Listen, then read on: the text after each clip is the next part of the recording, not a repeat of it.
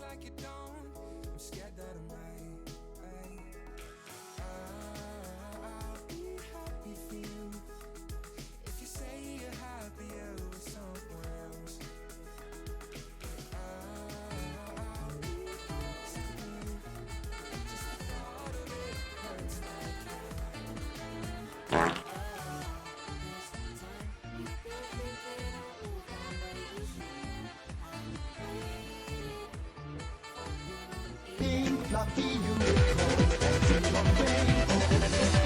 Lucky unicorns dancing on rainbows. Lucky unicorns dancing on rainbows. Lucky unicorns dancing on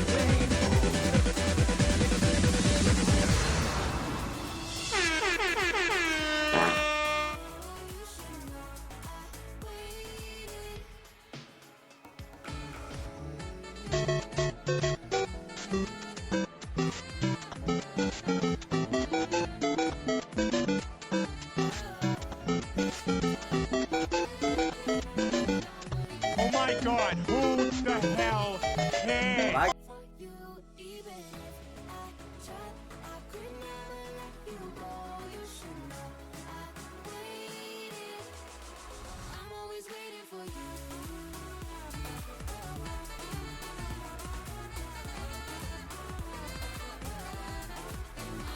Well, I got just the thing to cheer you up. A computer.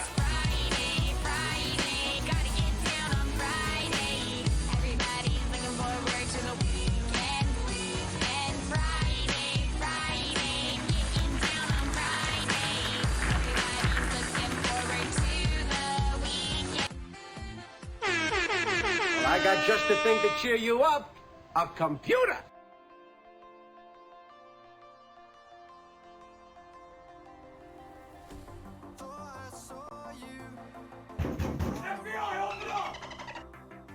It is Wednesday, my dudes.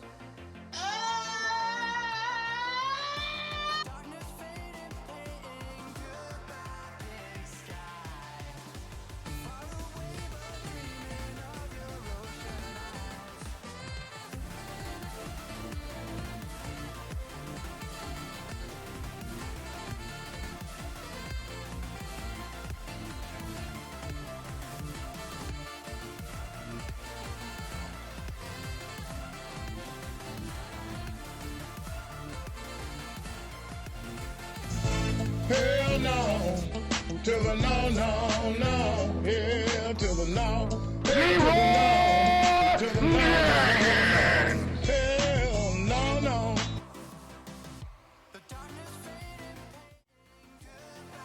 Hello, everybody. It's a me, chair stream, Ain't nobody got chair time for stream, chair stream. Those of you that are subscribers to Chair, please drop some chair emotes in the chat. Welcome, everybody. Happy to have you here. Happy Friday, everybody. Hope you're doing well. Yes, Linus. Good to see you. Thank you for being here.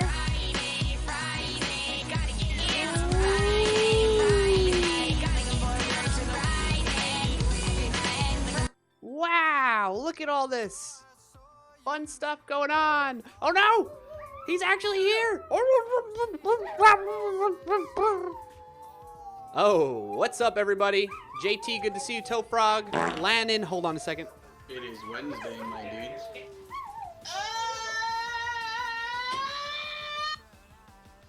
My mother-in-law just got here. So I had to shut the door, get the dogs out. What's up, everybody? Happy Friday. How you doing? Pete, good to see you. Landon, Toefrog, JT, Robert Tables, my man. Oh my gosh. Who let the dogs out? Who let the dogs out? Good to see you all. Robert Tables, 12-month streak with subscribing to this channel. Oh my goodness. Dude, that is so kind of you. Thank you for being here and supporting this stream for a whole year. Holy moly. Good to have you here, my friend. Linus, good to see you. Thank you for being here. Yagnaro, good to see you. Anybody else I'm missing in chat? Who else is in chat? Boki. Boki, good to see you as well. And I think I'm caught up. I think I'm kind of caught up, yeah. Heck. Heck. I can't believe it's been a whole year, says Robert Tables. I can't believe it either, man. That's a long time. Hey, Tasu, turning the light off on me. How's it going, Tasu? Thank you for being here. How's everybody's week going? It's good to see you. What's new with you all? I am slowly but surely catching up on all the stream notes from past streams. I have last Friday's stream to still do, which is weird. So I got this last stream on Wednesday. The stream notes are done. I just haven't published them really. Or I mean, they're published on my website, but they're not like published on social media stuff with the link and all that fun stuff. What I think I'm going to do is once I get all... Oh my gosh. Y'all are messing with the lights a lot. What I think I'm going to do is I'll get the stream notes done for this stream today. And along with the other one that I still have to do. And then I'll just post them all as a batch. Heck. Batch post. For some reason, it's still saying that Michael Jolley, Robert Tables is joining and dropping some Hecc in here. Silly chat bot. Tasu says, I'm fine, thanks. That's good to hear. I'm glad to hear that, Tasu.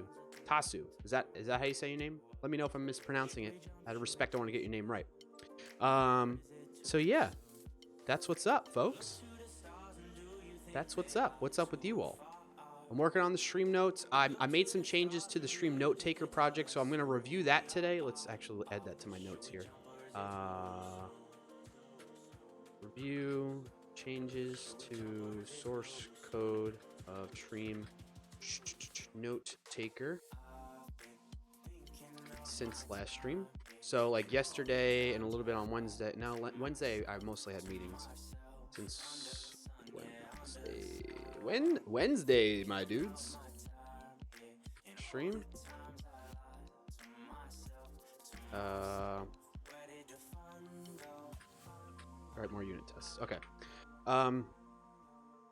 So we'll review some of the changes, source code changes that I made like yesterday to the stream note taker, because after Wednesday's stream, I end up having a little bit of a problem. It captured everybody's marks, exclamation point mark commands in the chat, and all the events of people that followed, subscribed, cheered, all that fun stuff to show their support that way. However, the initial implementation that I have of the stream note taker tool, it was holding all that stuff in memory and waiting until the stream ended and detecting that the stream ended and then writing it to a file. However, that last part right there, very key part, right? So if it's holding it in memory, all that information that happened, and it doesn't write it to a file, and I forget to call like that, execute that line of code, or have it in my code to execute that,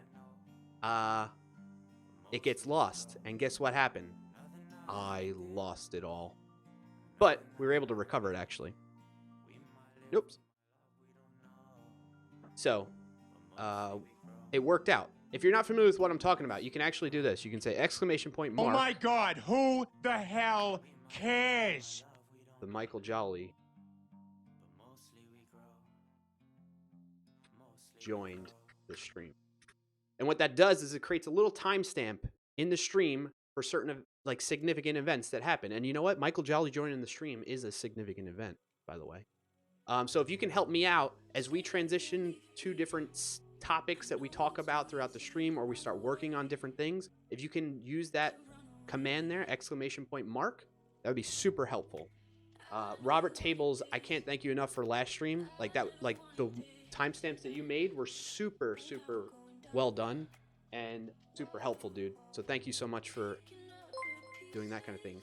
Tassu, thank you so much for the follow. Happy to have you here. Check out the new command, by the way, so you can get familiar with some of the other things that you can do as part of the stream as a viewer. So Michael Jolley said something. He said, lurking on a work call, but I saw my effect go up. Hi. Good to see you. Okay, Michael Jolley, no problem.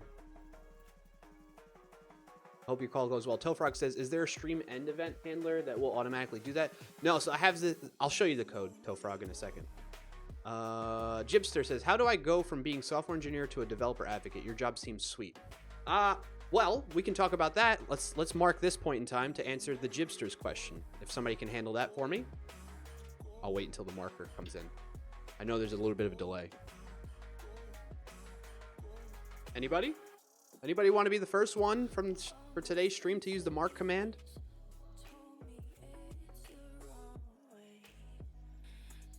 Boki, you've been following. Come on. Tofrog says, Mark Jibster. I was told to mark. Y'all are too funny. All right, cut right here. I'm answering Jibster's question. Jibster asks, how do I go from being a software engineer to a developer advocate? Your job seems sweet. One, thank you so much. I'm glad you find this type of role to be sweet. I agree. I think it's a very sweet job, and I feel very fortunate and privileged to be in such a role. Now, that said, how did I get to this point? Part of it, as I just mentioned, part of it, being completely honest and transparent with you all, has to do with privilege. I worked in certain places, got to know certain people, and I mean, there's partly that, but also partly on my own efforts and hard work that I did to get to this point, in being just a friendly team mentality type of coworker.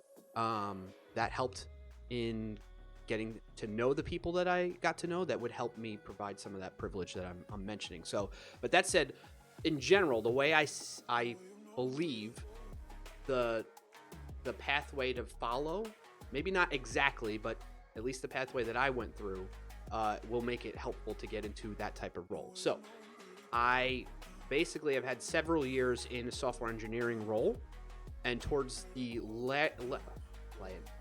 what's the word I want to look for? The later years of that role that I was in, I started to, on my own time, outside of work, expand upon that by taking... Let me back up, actually. I think part of why I landed in this role is because I found that I have a passion, or at least enjoyment, to learn new things and then take what I learn and share them with others in ways that might help them jumpstart their experience in learning that same topic, right? So to give you an example, like there was a significant amount of time where I was very deep into learning about application security. And so internally at a past job, I focused on learning as much as I could about that to the best of my ability, and then sharing that information with my coworkers. And then I started building content, and I hate to use that word, but I started building material that would help people kind of learn that same stuff that I learned, but in a quicker way, essentially. I distill it down. I know I'm struggling to find the words to explain this. I'm kind of rambling on, but I think you get the gist of what I'm saying. So I learned that that's what I was interested in doing, and I got enjoyment out of doing that and seeing people have those aha moments once they saw, use the material I might have shared with them to say, hey, this is what I did. Maybe it'll help you. And then it helps them. And I'm like, oh, wow, I really like doing that. And it made them happy. It makes me happy to see that I'm making other people feel better and progress in their own roles. And so I was like, I want to keep pursuing that. And so then that's when I started looking to expand into doing more public speaking, and writing more blog posts to some degree, sharing what I learned.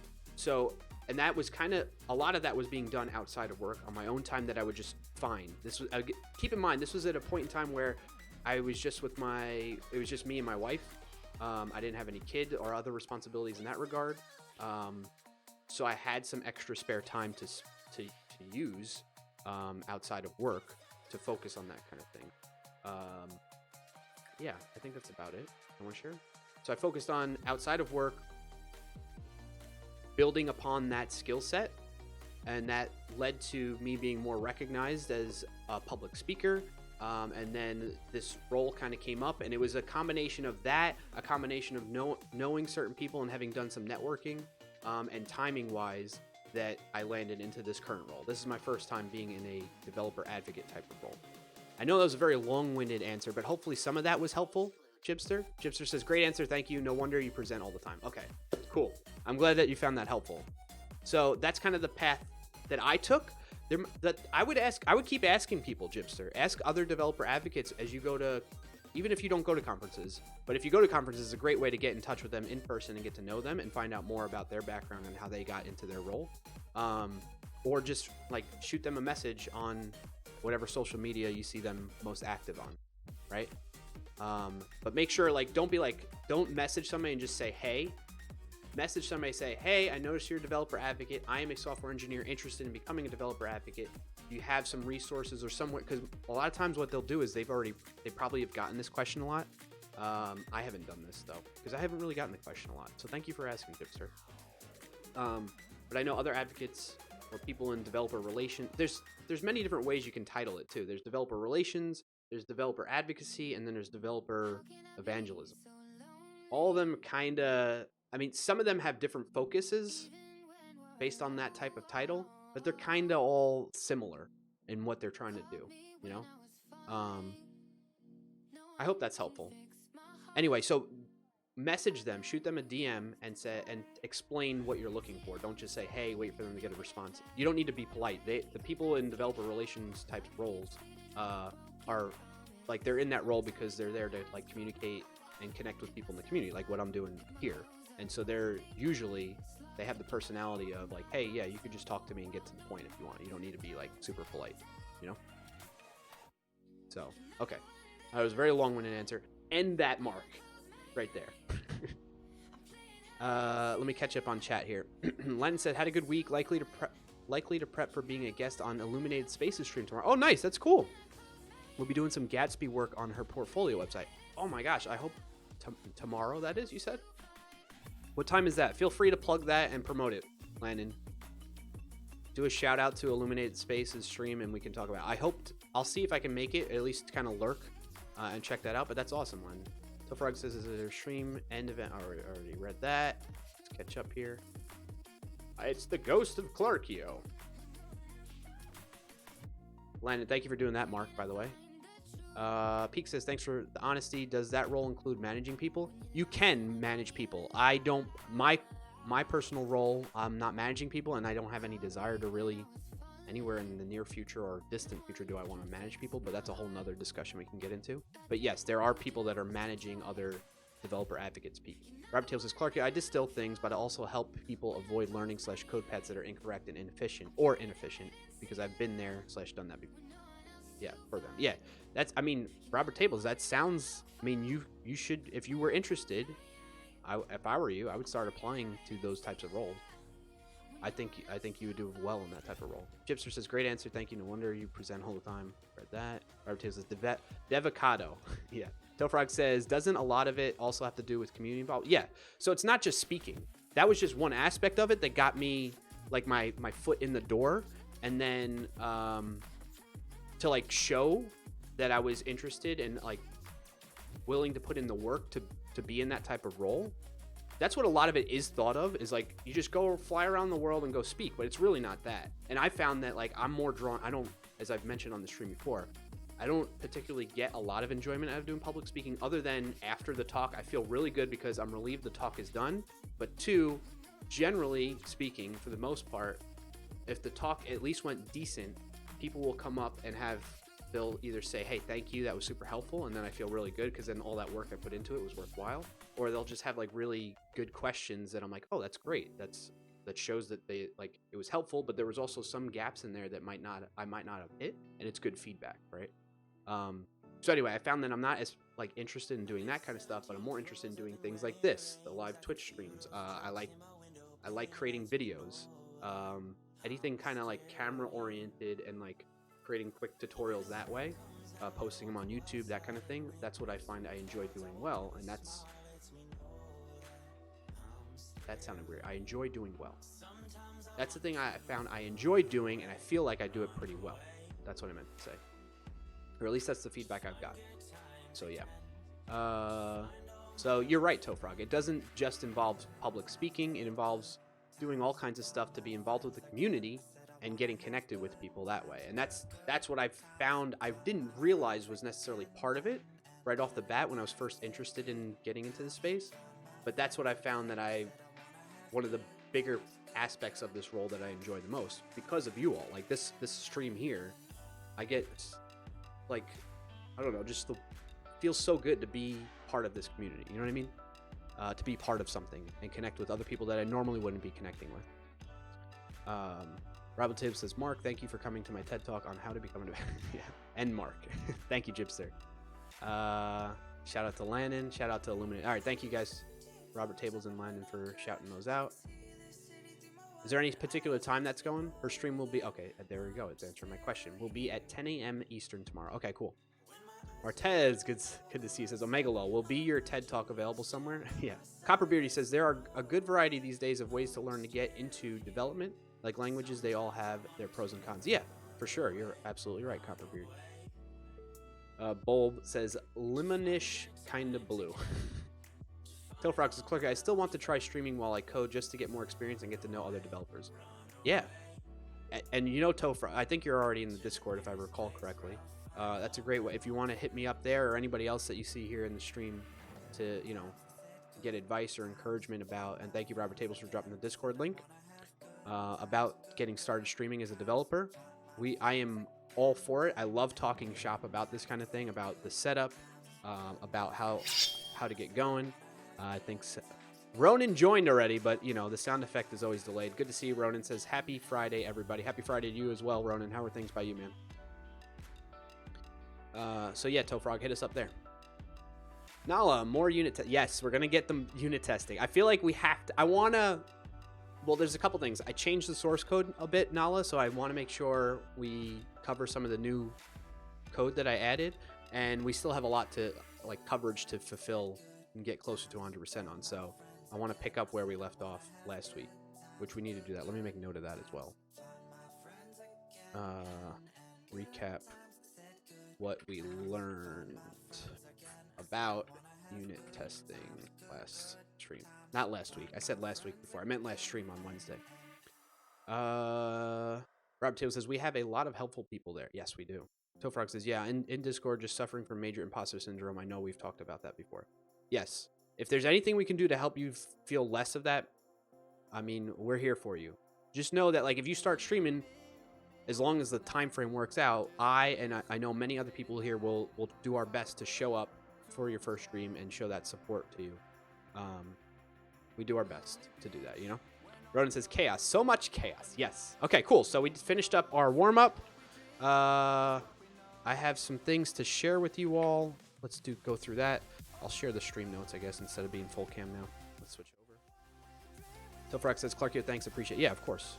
We're here for you, man. Robert Table says, we try to support everyone, but we are just humans with no cloning. Yeah, exactly. Yes. It is hard sometimes to, you know, with work, other things that you got to do with work and whatnot. This just became a Rival! Holy smokes. 16 months. You, I believe, sir, have the record. You are my OG sub. Let's get some claps in chat for Rival. 16 months, OG sub. Thank you, my dude, for all the love and dedication. By the way, folks. Wow. Heck. Rival, you the man. By the way, folks, we wouldn't have a Discord, or the idea never would have really crossed my mind if it wasn't for Rival. So shout out to him for that. Heck. Thank you, Rival. It means a lot. Seriously. Holy cow. 16 months. We wouldn't have you without you, says Rival. Thank you. All right, so stream updates. I know some of you might have heard me say this in the past, but maybe it's new to some people. Thank you, Yagnara, for that. The stream's going to change a little bit, very slightly. Two things. One, the Wednesday stream is no longer going to start at 10 a.m. We're going to be starting at 11 a.m., and let me tell you why. Are you ready? Can I get a drum roll, please? Let's pause the music. Let's get a drum roll. Drum, oops, exclamation point, drum roll.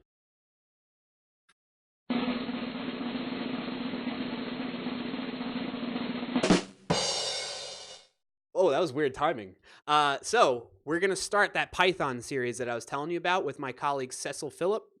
We're going to learn Python from scratch, and that's going to be on Wednesdays at 11 a.m. We're switching it to 11 a.m. because that'll better accommodate Cecil's time frame, that he can join us consistently on a weekly basis. And so we're going to start that next week. So look forward to Wednesday streams are going to be dedicated to learning Python from scratch. I've only ever really read Python. I think Cecil's kind of done like very little bit so far. So we're really going to start from scratch. Those of you that are Python developers, it would be really helpful if you joined us and kind of guide us along. We've been spinning on this for a little while, probably like a month on and off. And we just, because we were worried, like, okay, what type of content should we, or resources, what type of resources should we use to get learning with it? And I said, the heck with it, let's just get going, right? I'm tired of spinning on it. And he's like, yeah, let's just do it. And so we're just going to start streaming. We're going to figure out the next Wednesday stream is going to be the first one where we're going to introduce the topic, what we're doing, and we're going to just start getting our bearings about, maybe setting up our local machine, what type of... Do it! Yeah. Just do it! Yesterday, you said tomorrow, so Yes. just I'm going to stop that because it goes long. I need to create a shorter one. Thank you, Yagnaro, for stopping as well. We're going to look for resources. So if you have suggestions on what we use as free resources, because what we want to also make sure is possible here is that it's accessible to anybody that might join us for those streams or watch them as a recording. Because we're going to try and share it as much as possible to show, I don't know, the experience of people that are like already developers and have, tons of working experience already, like years of working experience with jumping into a new programming language. I think a lot of us go through that, and it'd be interesting to share and do that, right? So that's what we're going to start doing.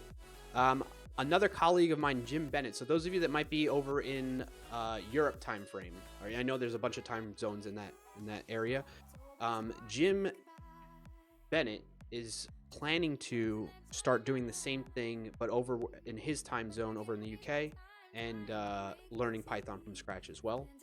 So if maybe you can't catch this stream and you want to catch his stream, I'll be sure to share that once he gets going.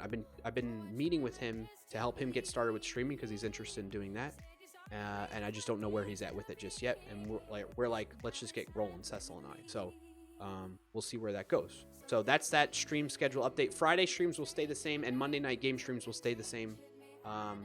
Friday streams will be what we normally do. We're going to jump around between all the projects that we have. If you're not familiar with the projects that we have, use this GitHub command, and it'll show you all the links to what we got going on there. I added the stream note taker that we've been working on lately into that list there. The formatting is so weird. I wish there was a way we could format the chat responses sometimes in Twitch chat, but there you go. It's very messy, those links, but those are the links to the projects we work on. So Fridays are going to be dedicated to that. Wednesdays are going to be Python streams. I got to update the schedule to reflect that. And then Monday nights will be our game streams. Sound good? Cool. All right, so we did that. Today's coffee mug, let's mark that point in time. Today's coffee mug is, and I'm pretty much done with it, is the Twitch mug. Bam. There you go. Everybody, cheers to you, whatever you're drinking, water, tea, coffee, adult beverages, wherever you are. Cheers. Happy Friday. There we go. We already had chair appearance. We knocked that out of the way. I don't know if we'll have a Bauer appearance. We didn't have a Bauer appearance last stream. We need to have one. At this point in time, let's do probably a stretch break. because we haven't been good about doing that. Hot lava, Java, coffee, tea, the moment. Wait, what's that T supposed to be? I think that's a typo. Mark Coffee Mug. Thank you, Yagnaro. Len says, awesome to hear the next generation of streamers starting up. Yes, it is awesome. Is it chorus time yet? Landon's asking Robert Tables. Yeah. Okay, so Copper Beardy meant to say hot lava Java coffee at the moment. Okay, cool. Oh, I missed that A. That A just blended in with the E's there.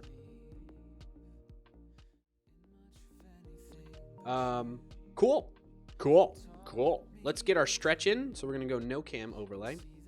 Everybody, wherever you are in the world, whether you're in an office space right now, or you're working from home, or maybe you're in a coffee shop, don't worry about the people around you. Worry about what this community here is doing together, right? Just know that we have that cohesiveness going on as we step through this stretch right now, okay? What I want you to do is you can stand up or you can sit. I'm gonna sit so that we stay on camera here. Put your arms out. Palms like this. Jazz hand. Spirit fingers. No. Like this. Then you're gonna go out perfectly horizontal across your body. You're gonna do a thumbs up. All right, imagine both hands are doing what this is doing. Thumbs up. Angle your arms back behind you a little bit more so you can feel a little stretch start here in the chest, but it's really gonna go once we get to this next step, right? Here we go. We're gonna start now stretching by rotating your thumb down. Oh yeah!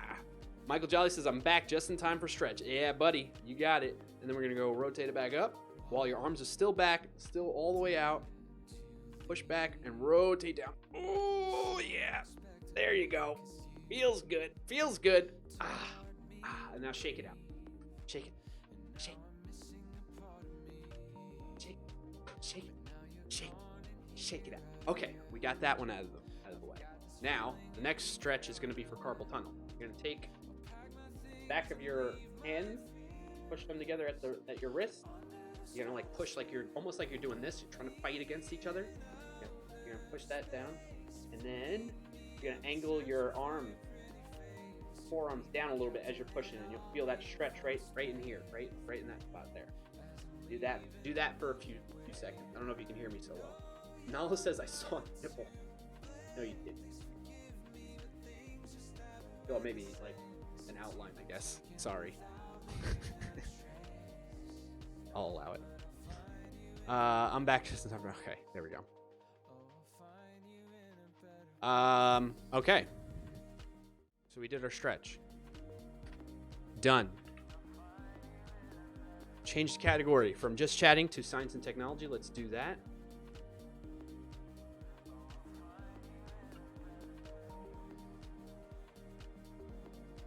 And let's save. Okay. Let's see if in my commits here we can show the difference of what I did. I know my commit messages are super awesome. Thank you, Robert Tables. What's today? All right, so these are the things that I did yesterday. Add more tests, improve coverage. So I did commit what we did on Wednesday's stream, which is June 19th. So what did I do yesterday? Add capture stream ID for timestamps, update write data to files. All right, I'll just step through these so we can see the difference here. So what I started doing actually, let me show you the end result first actually before we get into it. Let me take a look at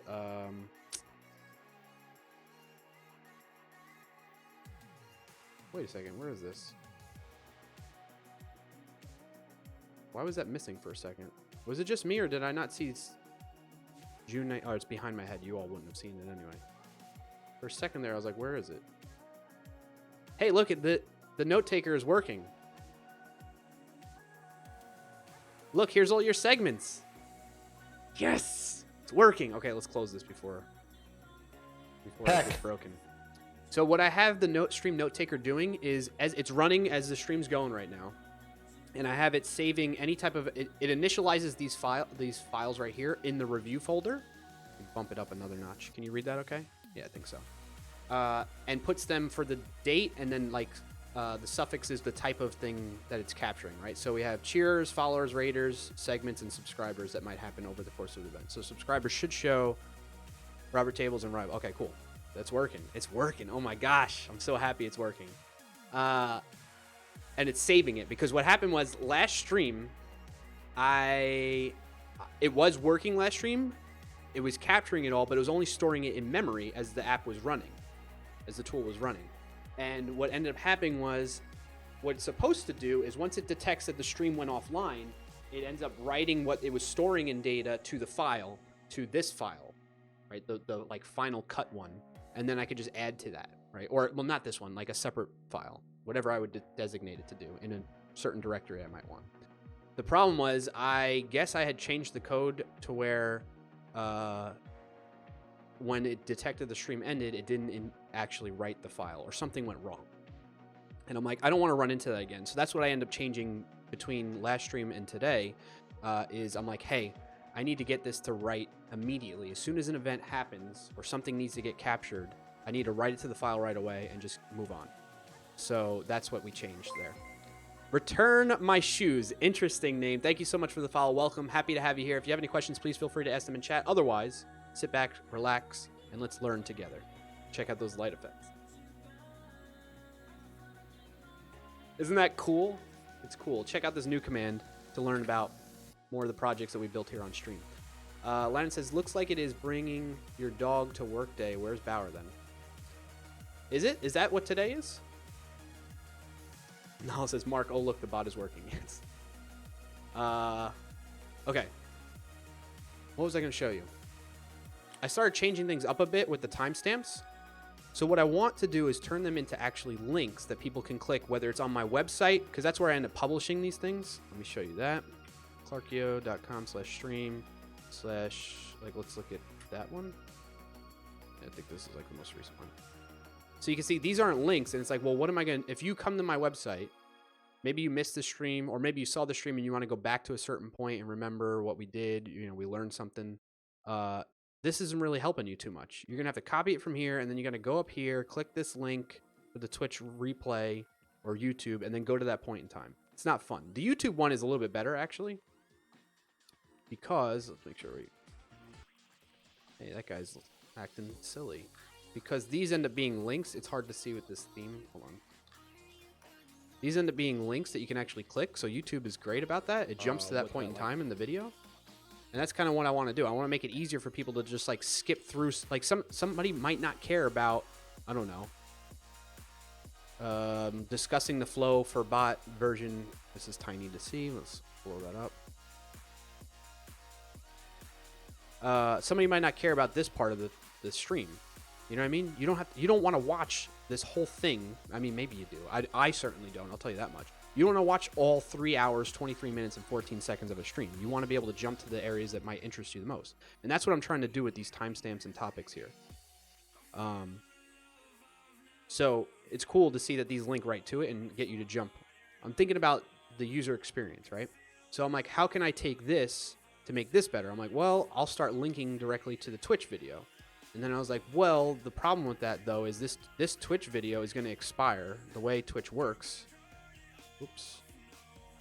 is these only live for so long. I think I have 60 days at most where Twitch will hold on to these. However, if I turn these into what's called a highlight, then they last longer. And that's why you see me doing this thing now in the stream notes.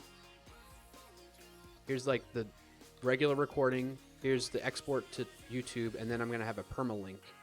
Because I believe the highlights that we create on Twitch will last indefinitely until I remove them. Or I guess they take it down on me or something, right? Which is why I'm doing YouTube as well. So I have some more control over it, right? Now it says, where is your website? Can't find it in the panels. It should be in the panels. You go to Clarkio. Right here, go to About Me, website, clarkio.com.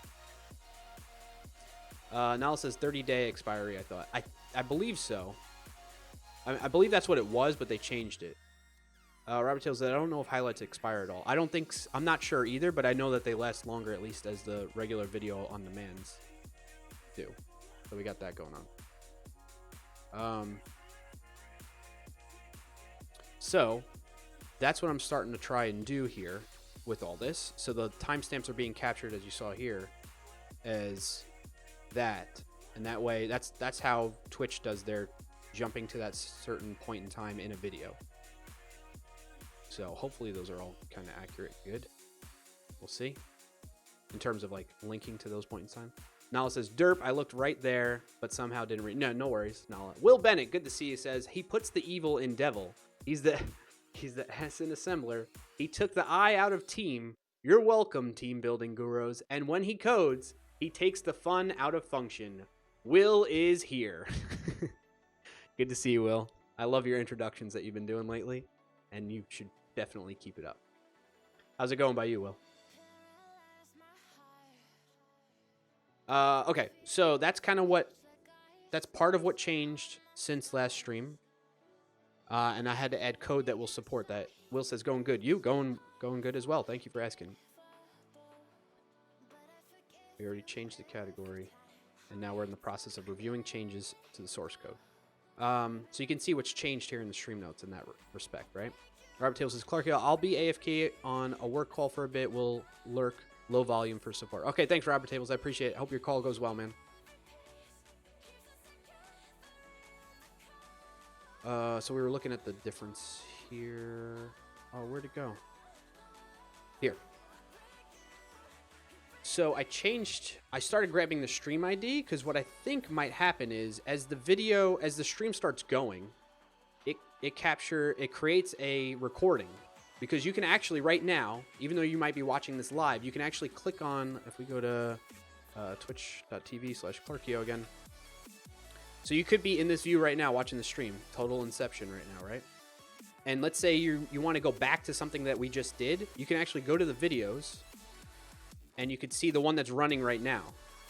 That has an ID associated to it in the URL there, and that's what I try to capture. So, and then you could like skip back to a point in time, like the very beginning of the stream here, where we had starting soon going on. And I'm doing that in an attempt to potentially update the these links here to prefix them. No, not those ones. These ones to have that in there because it ends up being. Think of it as like this being the prefix, in here like that, right? That's how it would actually work. But we'll see what happens. We'll see what happens. So that's what I started doing with that. That's what that code change is about. And you can see I default it to this so that I can quickly and easily. I guess I'm not actually adding it to the stream notes yet. Hold on. Oh wait, that's not right either. Oh no, it is right. So it is always videos. It doesn't have the username in it. Okay, interesting. So I do it like this so that I can quickly and easily, I'll be able to like find and replace all the instances of ID with the actual stream ID that I need. And then I capture the timestamp string a little bit differently with the link. And so before what I was doing is you can see I was just putting the timestamp as the hour, minute, and second. And now we're doing it as a link for that. Then the stream, it attempts to, when it goes to check to see if the stream is online, and get stream status, it's also going to try and capture the ID of the stream. I believe that's the correct one. You can see I have a to-do there. Double check that it matches. Although I haven't written it anywhere, so that's a problem.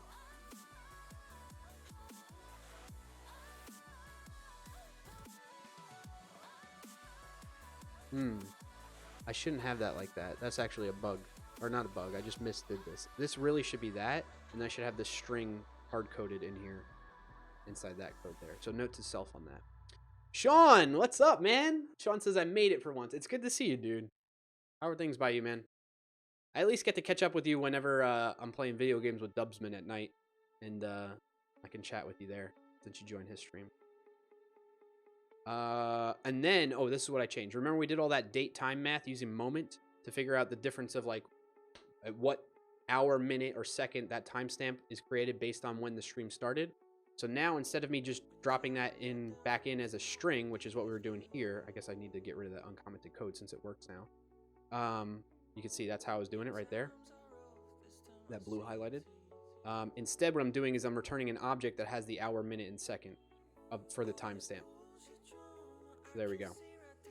And this function here is just letting me like do. If it's double digits, put a 0, prefix it with a 0. If it's lower, if it's a single digit, hour, minute, or second, then we prefix it with a 0 in front of it to keep consistency there.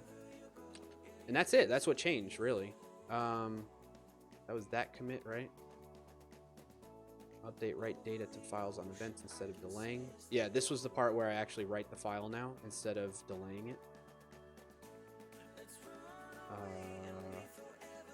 Right there. Write the data mark for when a timestamp comes in. I changed the data file to instead of returning nothing and just adding to the subscriber's text that keeps so this was the thing here. Like, it was a variable in memory that was capturing all the points of data that we wanted to do over time throughout the stream.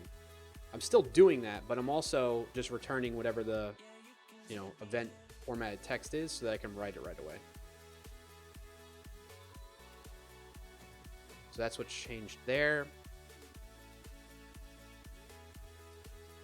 Some of this is like, I don't know why. On my Mac, it removes the comma from the last one, but on my Windows machine, it always adds the comma for these types of things. I gotta figure that out, but it's not high priority for me.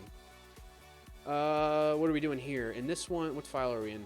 We're in events listener. So this is the thing that's listening for alerts, like cheers, follows, raids, and then it writes the data right away. So you see, I'm just doing that now. And then this is the part where I changed the files module is the thing that's responsible for actually writing the files out. And so you can see I set it up to where it writes to, instead of what I wanted to do here, part of why I'm doing it as separate files, it makes it much simpler on us writing this code, because if I were to concatenate all this together into the same file so that it would end up like this, you know, as an example, let's look at like June 19th one. All right, so here's the timestamps,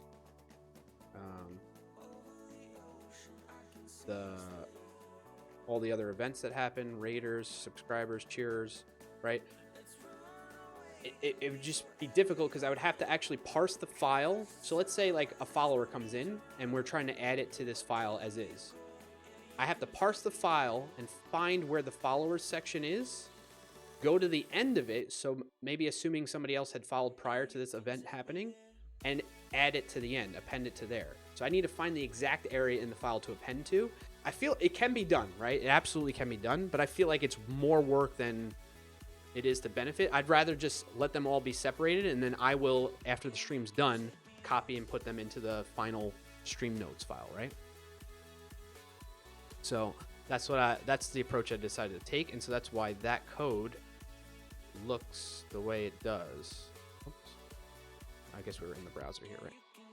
So that's how I take that. If you have ideas or thoughts around a different approach in doing that, then please let me know in the chat. I'm happy to, you always know, I hope you all know, I'm always open to hearing your thoughts, opinions, and input on approaches to doing these things. This is a team effort. We're doing mob programming, essentially.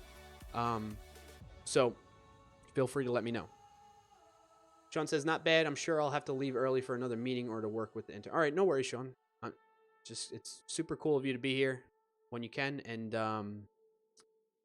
sorry, my mind's thinking on two different things here. It's super cool to have you here, man. And, you know, the fact that you're able to join when you can, it means a lot. So if you got to go, you got to go.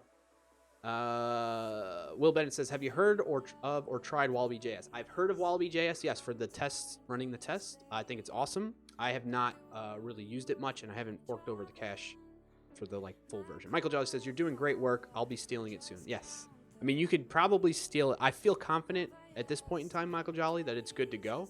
But we're going to write more tests to really, really fulfill that confidence in our code, right? Talk to Me Gooseman says, I know that you know that you know that I know that I would let you know. All right, thanks, Talk to Me Gooseman. And I love the TwitchCon badge. Who's going to TwitchCon 2019? If you are, let me know. I'm going. I hope to see you there. We can meet up. Will says, yeah, it's awesome, but expensive. It is pretty steep in price, but understandable. Sean says negative for me. All right, man. Well, the good thing is, Sean, at least whenever I go to Seattle, we meet up. We have that going. So that's what changed there. Then I have in the index file, which is our main entry point for this Node app, I tell it to... Oh, I need to change that back. Oopsies. every 100 seconds. How many? 100 seconds. What's 100 seconds? It's like 2 minutes. So well, less than 2 minutes, right? It's 1 minute 40 seconds. I have it checking to see if the stream is running. I guess that's not bad. It would have been better if it was longer. Thank you, Sean. So I changed that, but that was just because I didn't want it to actually check this when I was doing this, and I accidentally checked that in. But essentially the big change here in the index file, the main entry point of this Node app, is I have it initialize the data notes, which if we go back in here, that function is this, right? It starts it. What is that doing? That means it's creating these. It's initializing it like that and putting new lines underneath it. All right. So we did review changes of source code from one day stream. Done. Look at us. We're just checking things off the list here of what we needed to do. Sean says, "Yeah, I was watching her last." Oh, Ninja Bunny. Ninja Bunny's working on an IRL rig, so you could watch her and be there. Oh, that's cool.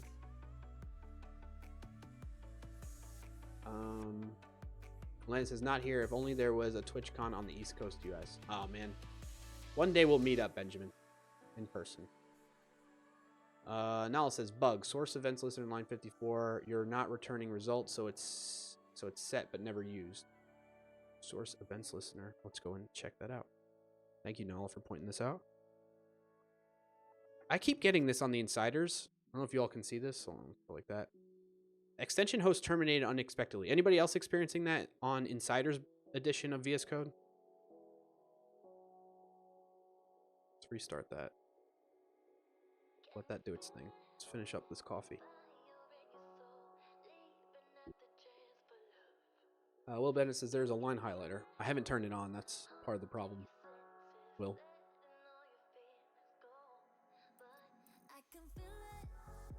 What does? Oh, I didn't check the output. Maybe one of the other instances has that. No, yeah, this one does. Open developer tools. Let's see. No. It just terminated unexpectedly. That's it.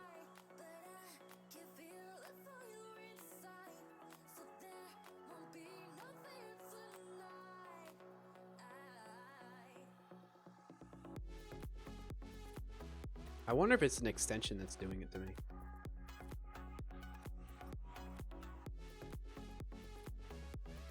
Oh, maybe it's that one. VS Code pull request, GitHub? That might be it right there. I wonder if I disable that. I like using it. Let's see if we disable it. GitHub pull requests. I'm just going to disable it. See if that fixes it. Oh, you mean the output inside VS Code itself? For what? This?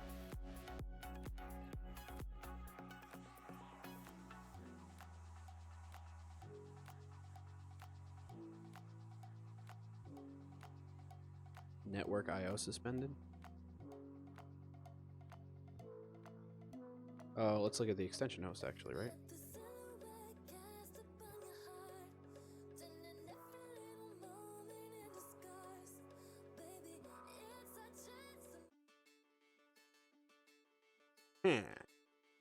Is there anything in particular we're looking for here? Well, I guess let's refresh. If I reload the window, Control R is what I have that key binding set to. See if we get that error again. No. So see, it's like, well, you can't see it because my bottom panel here is in the way, but it ended up everything loaded up fine. I think it's GitHub pull request that's a problem. If I re-enable it, let's see. Somebody mark this point in time too, I guess, so that we can like call it like getting to the, or I don't know, debugging extension problems in VS Code. All right, so we re-enabled it. If I come back and I reload VS Code there.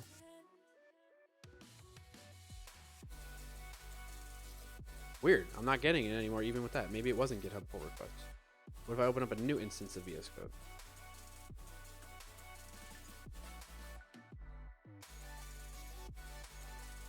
Everything's loading fine now.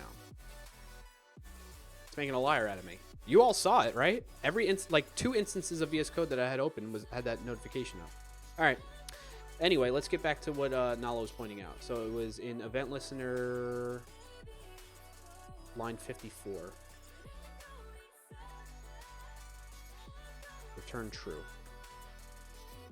So what are you saying there? You're not returning results, so it's set but never used.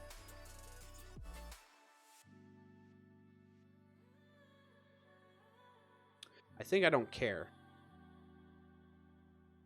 in that regard. I think I started heading down the... Yeah. Okay. So what I'm doing here, Nala, the result is just there to hold the text that ends up getting formatted in the session data module. And then I set that to where that way, so for any alert that comes in, whether it's a follow, right, or a subscriber or cheer, raid, whatever, I want to get the text for that and add that to a file right away. Whereas the session data, its purpose is really just to hold all that information in memory. Like if we go back into here, you can see its purpose is to format the information and just save it in memory to this variable. And I changed it to where it actually returns the formatted text now.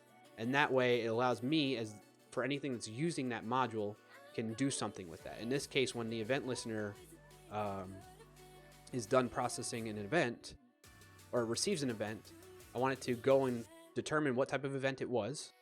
Get if it finds that it is one that's we're expecting or have code to use for that or track, then we get the result of the output of the formatted text and then write that to the files. That's what's going on there. Yeah, maybe I should rename it. That's a good point. Let's rename it. Let's rename it now, because that's probably... it's probably I don't know what's the word I'm looking for. It's just not a good name for it, because I can't think of the words. English is my first language, and I can't find words. Words are hard. Naming convention. Yes, Jibbster. But I think like it's misleading. Haha, that's the word I was looking for. It's misleading. What's up, Dubsman? Good to see you, man. How you doing? Let me catch up on the rest of the chat too before we do that rename. Maybe mark this as well. We're getting back into the code and renaming variables based on input from chat. Talk to me, guys. Did this start from today's update? No, it's been going on for a while, and I think it's just Insider's version. Talk to me, Gooseman. Now it says, I mean the output inside VS Code stuff. We did that. Ignaro does not equal AFK. Okay. Will says, what's the shortcut for reloading VS Code? It's one that I created, Will. I use Control R. So if you bring up your... No, not settings. If you go Control Shift P or Command Shift P on Mac, and you go keyboard shortcuts, and in here you search for reload window. This is probably, or most likely, not bound to anything. So you click Edit, and then I type in the keyboard shortcut I want, or press the keys that I want. So Control R. I'm going to escape because I just want to leave it. And then you hit Enter when you're done. So I guess Windows R does it too now. Oh, no. That's for is Mac. So you can see I set it up. You can actually set up your keybinds to be... This way you want to share them between operating systems that you might be running VS Code on. The same like keyboard shortcuts. Or same keyboard shortcuts file, but have ones that are specific to each operating system you might be running on. So you can see here, when VS Code is on Windows, the reload window shortcut is Control R. When it's on Mac, it says Windows here, but that would normally be the Command key. Let me show you how that actually looks too. So this is just a JSON object that describes it that way too. Pretty cool stuff, right? Hope that helps, Will. Now it says, Yarp, you is not a liar. Oh, I misread again. No worries. Kalion? Hello, sir. Looking very purple today. Thank you, Kalion. Thank you for being here. I hope I'm pronouncing your name correctly. If I'm not pronouncing it, please feel free to correct me in the chat because I want to get your name right out of respect. Thank you so much for being here and welcome. Now it says, thought result was to be returned. Yeah, I'm with you. I know. Normally, that's what I do, is I return results. So that's why it's definitely misleading. Will says, maybe bad variable name. Yes, absolutely. Will says, no, baby talk is your first language. Nal says, my mistake is that I thought you had halfway gone back to your pattern of testing the output again. Oh, I got you. Yeah. Will says, cool, thanks. Yeah, no problem, Will. All right, so we need to rename this to be like formatted event text. So how did I do that? I just did the F2. So normally on my keyboard I have to press function F2. On Mac I think you need to do the FN function F2 as well, depending on how you set up your keyboard there. And that will do rename, or you could right click and say rename symbol. So you see the keyboard shortcut there for that. And that renames that symbol for me. And there we go. That should be better. Let's commit that. Better. Rename event texts more accurate. Control Enter. Yes, I want to commit those changes even though I haven't staged them, and then push. Dunsky. JibbsterSter says, what's the difference between F2 and Control Shift L? Control Shift L. F2 is going to like intelligently figure out the context of that code. So it's going to realize this is a variable within the scope of this onEvent function, and it will rename based on that context. Whereas Control Shift L will not pay attention to the context of what's happening. It's really just going to look at your file as a plain old text file, as if it were, even though it is a JavaScript file. And it's going to say, like, so let's say I was using this somewhere else, this format in like another function here, like this one here, determine subscriber event. Let's say I did it here, right? We say let that, and just leave it like that, right? If I do Control Shift L on this, let's select that text. So for one, I think you need to select the text, right? Let's try it actually without. No, you don't need to select the text. So Control Shift L will select all instances of this text within your file, no matter where it is. And then if I start typing, it changes it all, you see? So it doesn't have any awareness of the scope of what you're trying to do. So that's why I use rename symbol instead. And I learned Control Shift L from JT, by the way. So you need to be careful of when you're using... you need to be careful when you're using Control Shift L. You really, in a lot of cases, you might want to use F2 instead, rename symbol. Wow. Suko Kusama, good to see you again. Thank you for that wow effect.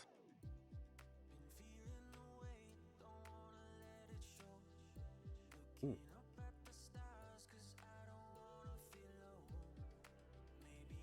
Uh-oh. There we go. All right, cool. So there we have it, folks. We did that. So let's go back to the stream notes and make sure we're following along with what we're doing here. So review changes the source code, recap what we learned about unit testing last stream. Let's do that next. Somebody mark this point in time. And for that, hello? It's John C.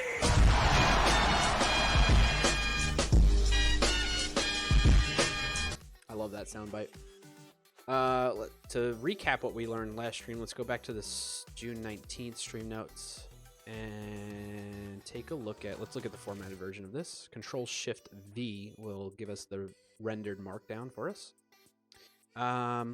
Things we learned. All right, so I thought, well, I think it's a part of a JavaScript thing. Oopsie daisy, I didn't mean to do that. I think it's partly understanding JavaScript here. However, what is this link? Why did that link get changed? That shouldn't be like that. That's busted. But we learned, we banged our heads against the wall for like an hour plus last stream, running into an issue with context and scoping and this. This in JavaScript can always be a headache, okay? And what the problem was, we were trying, let's go to the test that we were actually looking at and let's explain what happened here. We were in, I believe, stream. No, the test, Brian. Oh, okay. Glad I didn't have anything showing there. Test, stream spec. So we were writing a test around this functionality in code that was checking the stream status on an interval, right? And that particular function that we want to test is called start monitoring. And imagine this wasn't here actually. And what we were trying to do is we know that the stream module, which is, let's close these other things to avoid some noise. The stream module exposes a function called getStreamStatus. And I was like, okay, I know in start monitoring that I am eventually going to call the getStreamStatus function. Now, again, this code was different. We need to go back in time to show it, I think. Let's go back to some commits. Before I did this one, it's this one. What I want to do is actually just browse the repository at that point in time. Yes. So we go to source, we go to stream, and we can talk about it as in the state of what it was in. So I was normally calling this start monitoring, and I knew it called getStreamStatus, which is the part that actually goes out and makes an HTTP request to Twitch to see if this stream is online. And if so, it gets back and says it sets a variable called isOnline. Cool, right? That's what this start monitoring is supposed to do. And so knowing that that's the behavior we're expecting, how do we test that? So I thought, okay, one way I can validate that that is actually working is to create what's called a spy with sign-on, which is essentially going to wrap that function in sign-on's own function that can keep track of whether it was called or not, what arguments might have got passed to it, and then once it's done doing that, it will actually call the real implementation of that function. So I was like, okay, we're good. We just do this, and then we say, hey, did it get called at least once? Well, in this case, I want to make sure it gets called twice because of, as you can see in the code here, we call it on the first time, and then we set an interval that will call it again subsequent times every X amount of milliseconds. In this case, every minute. 60,000 milliseconds or 60 seconds or 1 minute. Time math in my head. Look at that. Yeah, Brian, it's very simple time math. Duh. Anyway, you get the idea, right? So it gets called twice, essentially, after a certain amount of time. But what was happening is we noticed that the spy was never getting called. It was saying, thank you, Will. Thank you. Thank you very much. So, when we were debugging this, we found that the spy was actually not getting called at all. And I'm like, you gotta be kidding me. It's getting called. Look, the code is there, you know? And we had that moment where I was flipping out and raging. There's plenty of clips. Go ahead, check out the clips on the stream if you'd like to see that if you missed last Wednesday's stream and when that happened. So what we realized is part of the problem is that this is not getting bound because the scope of things is changing, right? We have this main entry function, which has within its scope its own this, which is not the same this of like this context here, for lack of a better term, within the testing suite, right? So what ends up happening is it gets lost when we start going down into another level within different scopes of functions in here. So one way we could approach it, Parathon actually shared this in our Discord, which I don't have open right now, so I'm going to open it very briefly and go in there to give a shout out to Parathon. I got to find it really quick. We could potentially do something like what we have here. This could actually be changed. Let's comment this out, and we can say, hey, return that. And what it's doing is it's binding the context of this into this function and then calling it with that variable value, which I guess doesn't, what is it complaining about here? I think we don't need the dot there, right? Maybe. I think that's what was missing. I was just copying it exactly how he had it, so I think maybe the dot is not needed. And what that will do, and then I would have to change it to where this is actually this dot get stream status. Right, and then that way the context stays accurate according to the initial caller, which is the start monitoring function, right? Which is, I think, is fine, but it feels kind of weird to me. Undo all that. I don't know. What do you all think? Does that kind of feels weird? That would work. That absolutely would work because you're binding the context of this into the next child context, essentially, is my understanding. I might be wrong though, so feel free to correct me if you feel I'm explaining this inaccurately. So that's what's going on there. the other option, which is what we landed on thanks to Nala, thanks to, I think, Frank, and I forget somebody else. I put it in the stream notes. Let's go get it. I want to give credit here where credit is due. In the results, right? No. Where did I put it? It was Nala, Frank F. Bucheros, and somebody else. Who was it? Groff. I think it was Groff.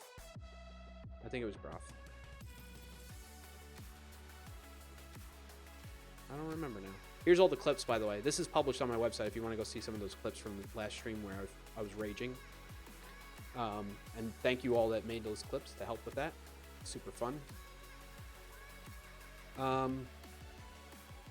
So I think that's who it was. Anyway, they called it out and said, hey, you need to do dependency injection. That makes your code more testable. And that's what we're doing here, right?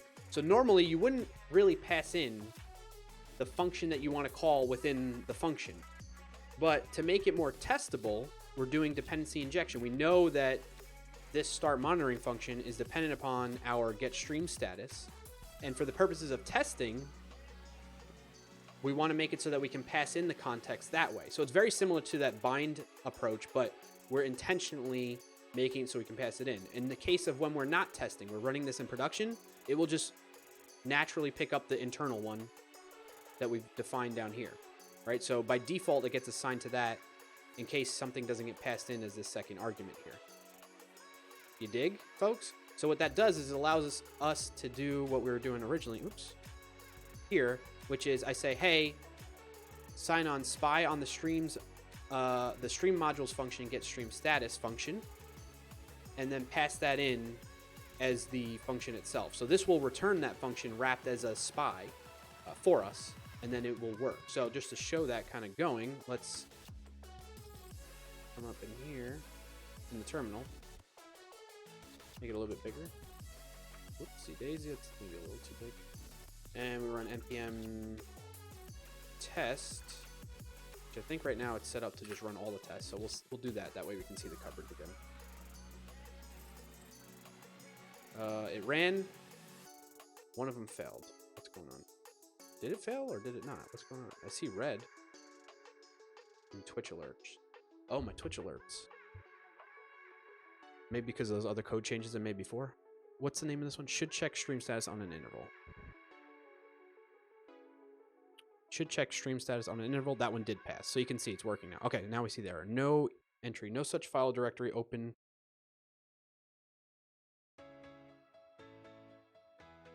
Oh, okay. We need to work on that. All right, let me BRB. I need to go use the restroom really quick, and then we'll dig into fixing this, okay?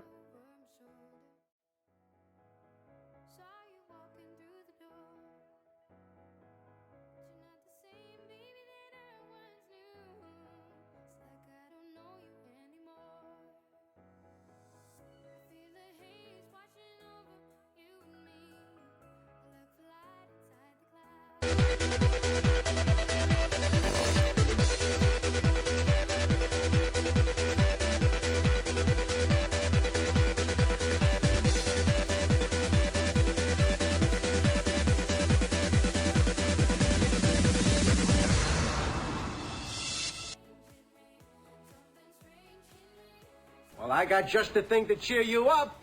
I've come to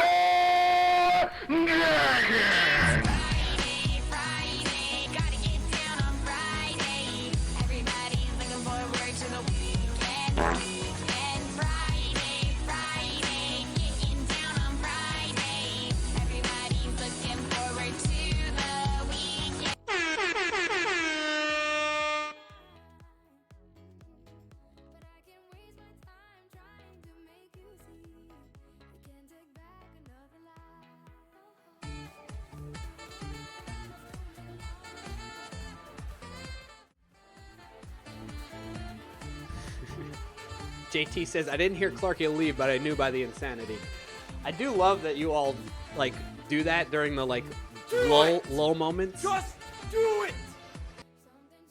I love that you all do that. You're the best. When it's, like, kind of quiet and, like, a lull moment, you keep it kind of entertaining, which gives me an idea, actually. Let's write this down. Ideas sparked by the stream today.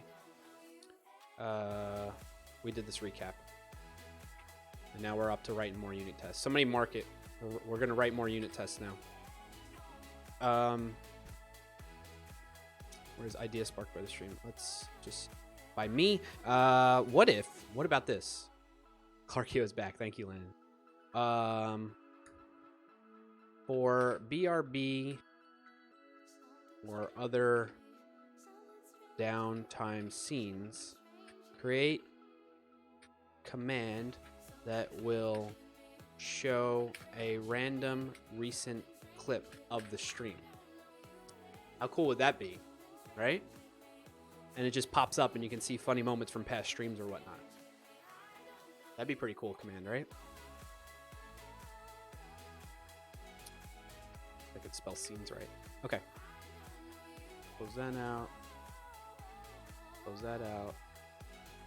I want that still up. Okay. All right, close this here. All right, so we need to figure out what's going on here. Thank you, Will. I got it. I got that scenes typo. Boki says, what's going on? Or better, what's up? We're working on tests. Working on tests, Boki. I have an error in one of my tests and I need to fix it. Obsidian, what's up? Obsidian says, cool. Good to see you, man. Anything else I missed in chat while I was gone? No. Mark BRB. Thank you for that, Yagnaro. Alrighty then. No such file directory. Oh, okay. So that's in should add follower to session data on follow event. Let's go to that test. That's in the Twitch alerts one, so it's going to be the events listener. And should use stream. That's not connection. Twitch alerts. Where's my Twitch alerts? There it is. Should do nothing. Let me make this a little smaller. Should add follower to session data on follower event. Okay. So, see, this is where we're doing. This is what Nala set up, right? Events mock data follow inject on event. Events listener on event. Okay. Inject. We're expecting add follower to be called once. Why didn't it get called once? Okay, because well, let's debug this one. Dot only. And we'll come in here and we'll say mocha test. Debug that. Okay, let's step into this and see what's happening.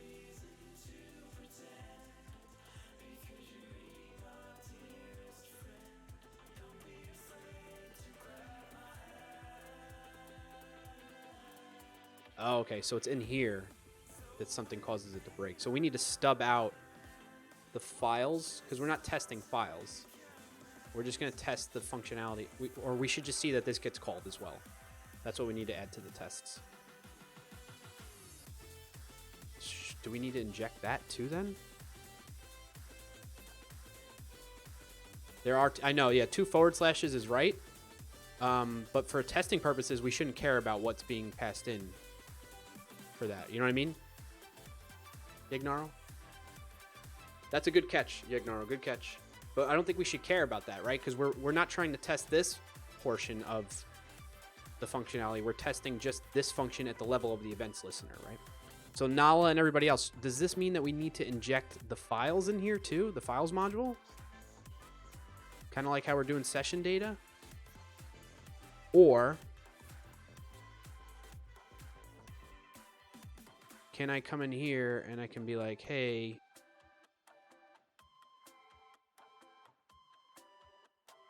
the const files equals require / source files. I'd inject files into there, yes. Okay. So I shouldn't go about it this way. All right, so let's do that then. We need to change this code to do the same thing here. Oops, not that. Comma, files equals files. And then in here, we're going to do the internal one. Just that. So that should all work normally by pulling in this one if I don't pass anything. Ragnarok says, gotcha. I just saw the node directory present and it had the 2 forward slashes. That's what happens when I go AFK. No worries. Ignore. It's all good. which means now I can come in here and say const files equals that, and then I can say, what was it again? Write data. Say write data sign on.spy. Right? And then I could say files. Is there a naming convention with this kind of stuff, Nala and anybody else? Should it be like inject the name of what it's injecting, maybe? So like in this case, we're injecting session data, injecting files. I wonder if we should do that. Rename this symbol. Inject files. Inject session data. I feel like that makes it more readable, right? More understandable of what we're doing. Now it says this might be where you want to have a single inject object that you deconstruct them. Okay, I like that idea too. So we just say inject, and then we would say one is session data, right? And then that's an object that has this in it. And then the other one is going to be files. And that one has the right. It's going to move this up, right? Move that in there. And then that way we can just call inject. And then in the actual code, as Nala suggests here, let's say this, essentially. We just put curly braces around it, right? Net Skills Live says, what theme is this? VS Code, right? It's VS Code, and look at that Stream Elements response to you. I'll tell you what theme I'm using. I think I'm on Night Owl right now, still. It might be Night Wolf. Let me double check, actually. I've been changing it. Or, sorry. Version P theme. Night Wolf is what I'm using right now. I do want to go back to Night Owl. Night Wolf is a spin-off of Night Owl, by the way. Peak says he's using Times New Roman font. No, I'm not. Hey, what's up, Source Scoot? Good to see you. Happy Friday to you as well. How are things by you? Netskill says, nice. Boki says, wow, I think I learned protocol-oriented programming. I was mad about it for days and now finally got through all of it. That's awesome to hear, Boki. Maybe you can tell me and teach me it one time, or tell me about it more in Discord. Anything else I'm missing in chat here? Saw Nala's message there. Source Scoot, Peak. Michael Jolley says, someone changed my theme yesterday to Panda and I'm really digging it. I haven't changed it back. Oh, I gotta check that out then. Boki says, do you play games and stream games? Yes, I do. On Monday nights around 8:30 Eastern time. Boki says, don't use Discord anymore. Oh man, I'm sorry to hear that. Well, I don't know. Maybe there's another way we can discuss it then. Off stream at least. Okay, I think that should work that way, right? So I need to do this now in most of these tests. Oh wait, what's this? Oh, this is where I need to validate the stuff, right? So we're gonna say inject. That needs to be called once, and then I also want to make sure that inject. Oh no, this is gonna be inject session data dot that, and this is gonna be inject files dot write data called once. So now if we just run that one, let's see what the output of that is. It still says no such file or directory open. But we're mocking it, right?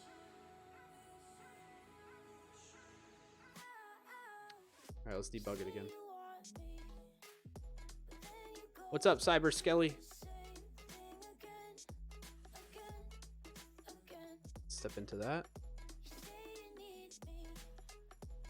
It's saying session data is undefined.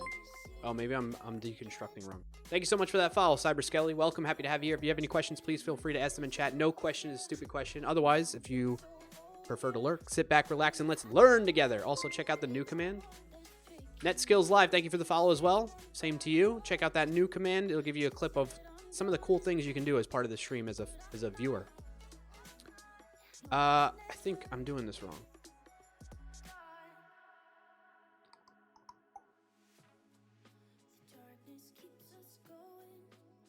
There are stupid jokes. Yes, we have stupid dad jokes that we do, Will. You're right. Ladies and gentlemen, am I deconstructing this parameter correctly?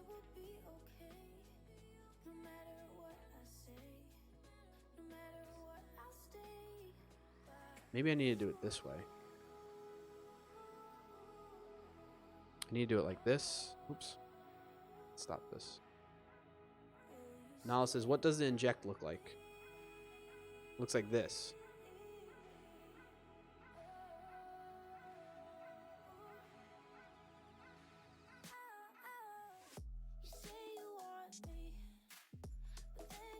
I think I need to do this such that it's like the same names, right? Or what if I do it like this? I need to make them underscore as well.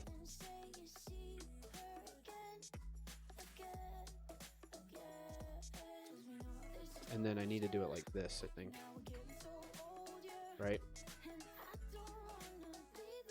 But by default, it's going to equal session data and files. I think that might be better. Nala says underscores on the inject props. Yeah. So I need to deconstruct and pull out underscores. But if they're not there, then I just pull that out like this. I think that should work. Well, let's see.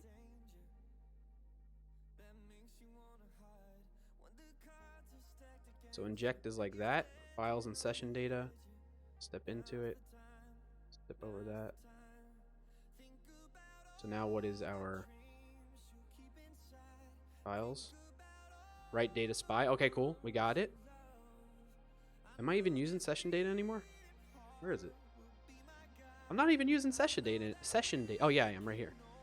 And that's the spy as well. Okay, I think I got it. Robert Table says, what is this? Code? Heck? Yeah, I know. We've been doing a lot of code, actually, on the stream.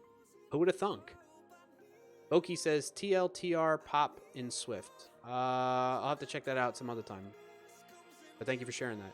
Now it says, the default deconstruct props is what you wanted, but you need the default parameter to be a blank object.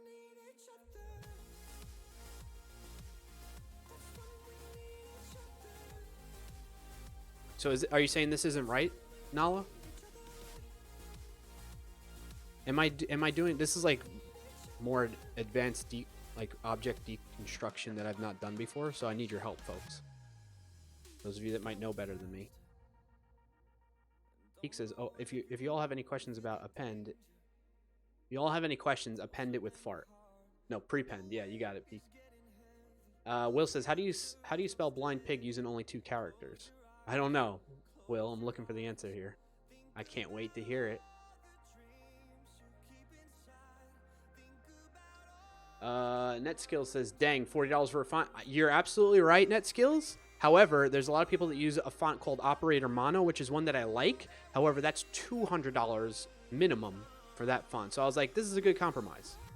Yeah, Operator Mono. There you go. Robert Table was just talking about it. Check out Operator Mono, NetSkills Live. Michael Jolley says, whenever I have a problem with JS, I call Parathon. Will Bennett says, PG as the answer to that joke. I like it, Will. Take with no eyes. Robert Taylor says, I have it and I love it because I'm bougie as heck. That's cool. Hey, to each their own, Robert Tables. I would love to have it on here. Happy Friday to you as well, Nick Larson. Good to see you. How are things by you, man? And then Nala shared, so it should be underscore prop equals prop, or, okay, maybe I do that way. So you're saying that equals session data, this equals files, and then default to an empty object. That will work too. But then I have to inject this like this, right?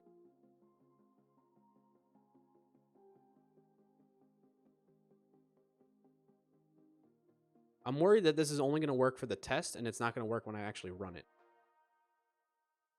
Can you give me some confidence in that, Nala?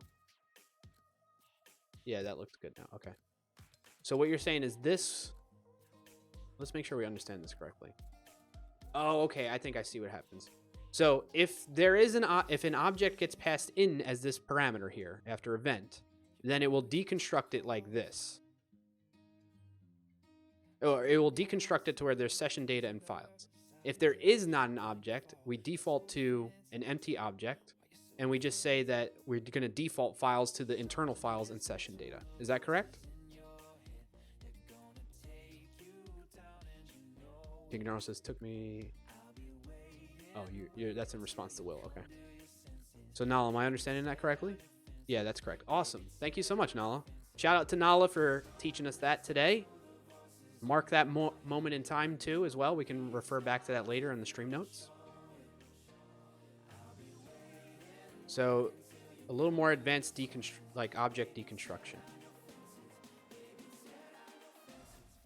Talk to me, Gooseman says, Nala, the knowledge bala.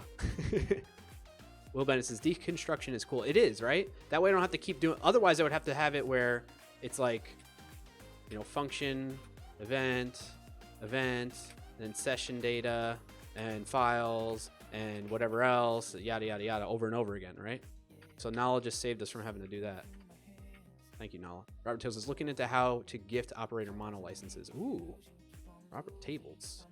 That's pretty expensive gift, though, man.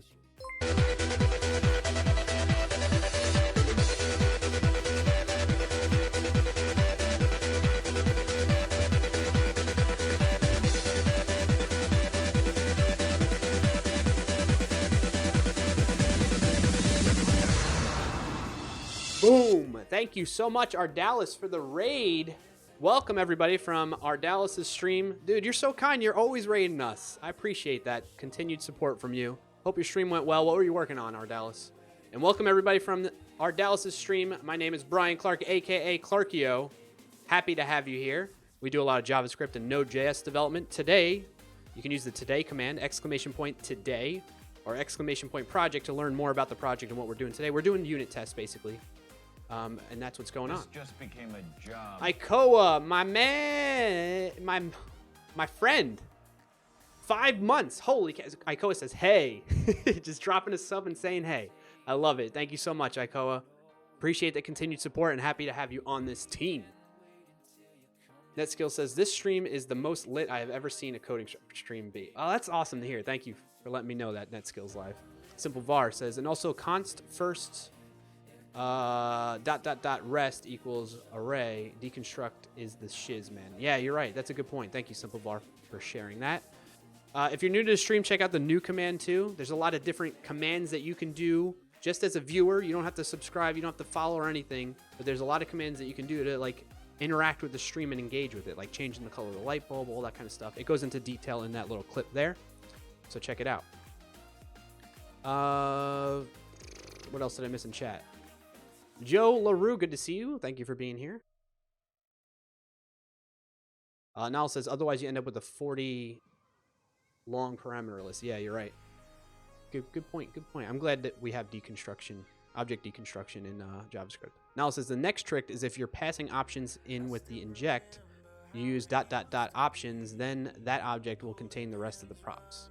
Aha, you're right. I think that's what Simple Var was getting to as well in their message. Ikoa says, Clarkio, actually my sub runs out in one day. Oh, whoa. So I got you. You just, you didn't get a chance to share your sub from earlier in the month. Okay. Well, that's still cool. I still appreciate the support. I need to start just scrolling from this other chat window because this one is all messed up. Deb Drew, good to see you. How are you doing? Deb Drew says, hey, Clark. Hey, right back at you. How are things going by you, Deb Drew? Thank you for joining us again. All right, where was I in this chat? Ardell says, I need to configure the command things. Yeah, if you want to hit me up, I'm happy to talk shop. I love talking shop about hosting a stream and putting commands together and whatnot. Simple Var, thank you for using that new command. Deb Drew says, I'm doing well, buddy. Hope you're doing well too. I am. Thank you so much.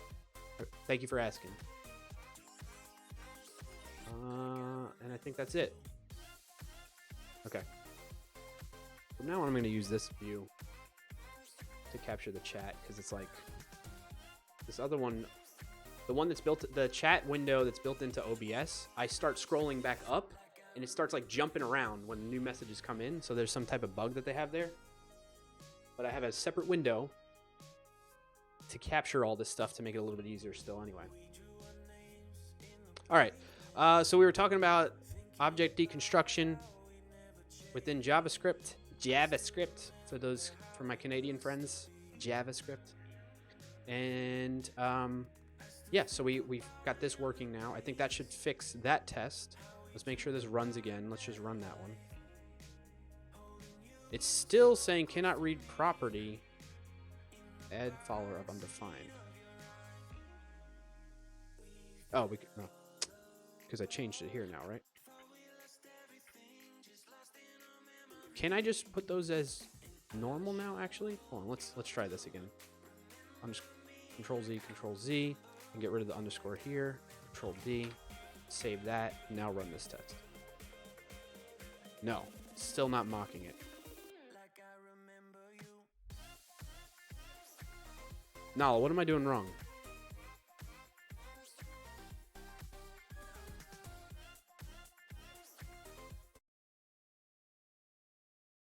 Oh no.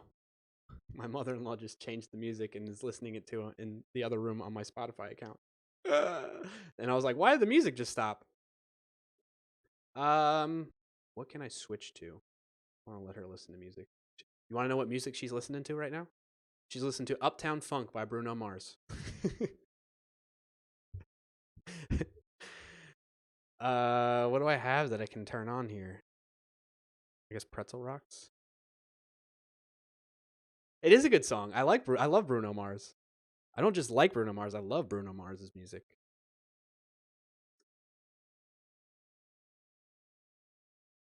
Nala says, log out the values. We can do that.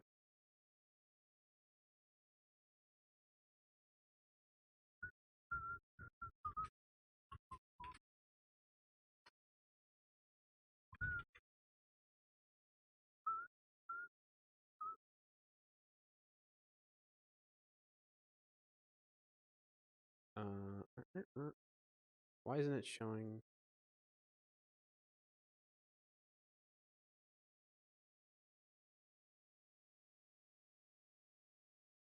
Where's the output for this?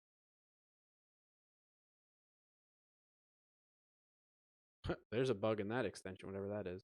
It feels so weird not having music on right now. Mocha tests? Oh, there we go. Ico says, what does files equals files mean in the object deconstruction? I think we're right here. What we want. It's not in the debug console because it's not changing actually. I'll get to you in a second there, Icoa. JT says epic sax. You asked for music.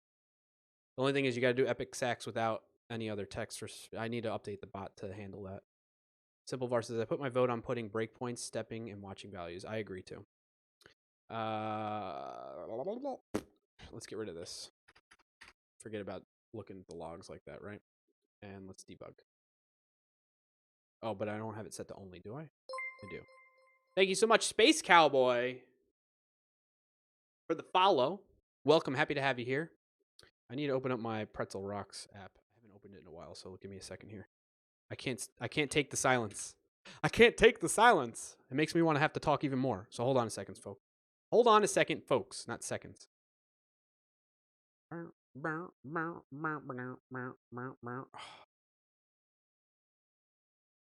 see if I can do this.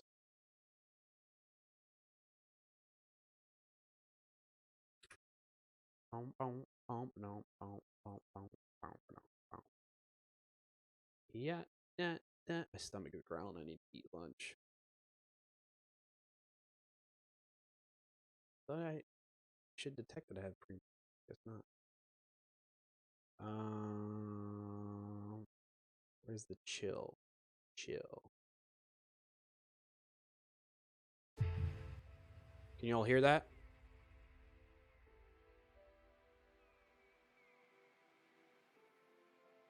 Can you hear the music? It's kind of low. Ivina, thank you for confirming. Happy to have you here. How's the volume of it? Let's jump ahead a little. Can I jump ahead? That's one thing I don't like about Pretzel Rock and why I've just kind of stepped away from it is like I don't have as much control as I do like with Spotify.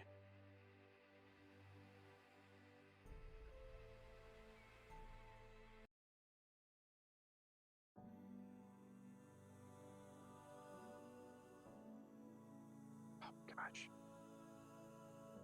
So I can hear it low, but I wonder how low it is compared to me when I'm talking. Can you guys and gals hear the music? I don't know.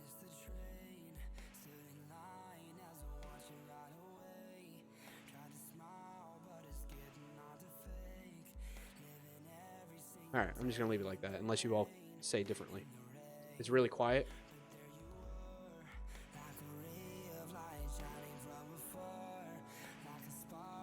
How's that? Is that better now?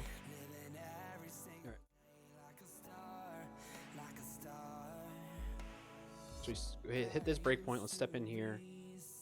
Step over this.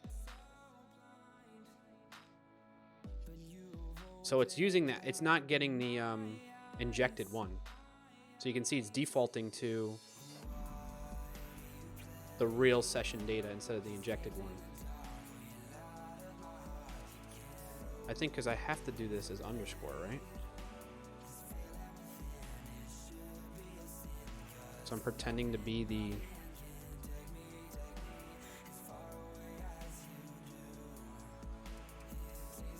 I think that's why. Debug this again.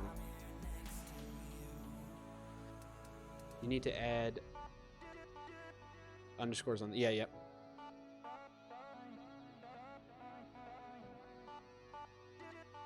Okay, so now it's the spied on version.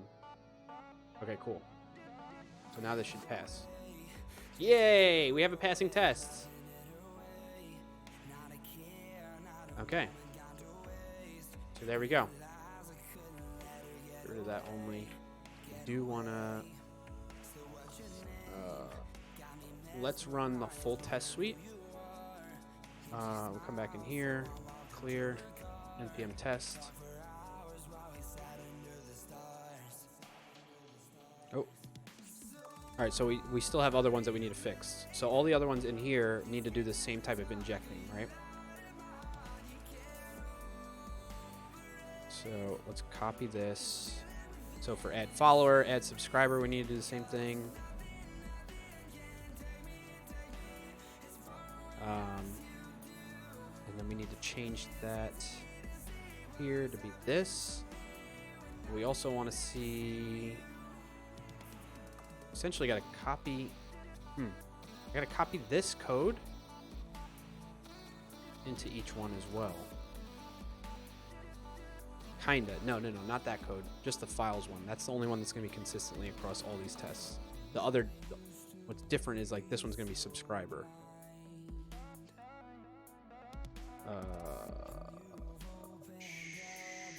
Shiitake mushroom. Session data add follower.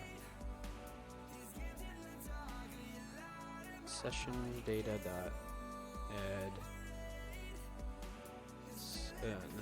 Add subscriber. And this needs to be add subscriber. So I can't really copy paste, but I can paste that. That one. And this needs to be that. Okay, so that one should work now. There's a way to have it continuously run the tests, right? How do I do that? Let me look at my test view.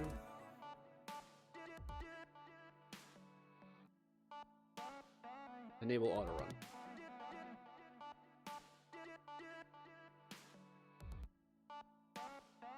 Run. Okay, cool. Enable auto run. Okay, so now when I change this test code, it should automatically run. Nala says, sorry about the teething problems in the launch profile. Wait, what do you mean about the teething problems? Peak says it's not It's not a watch flag.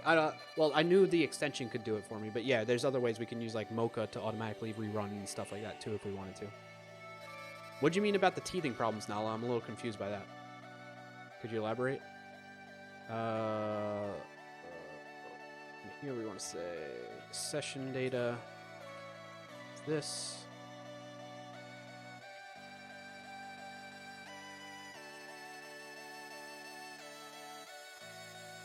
Music's a little loud for me. I'm going to turn it down a little bit.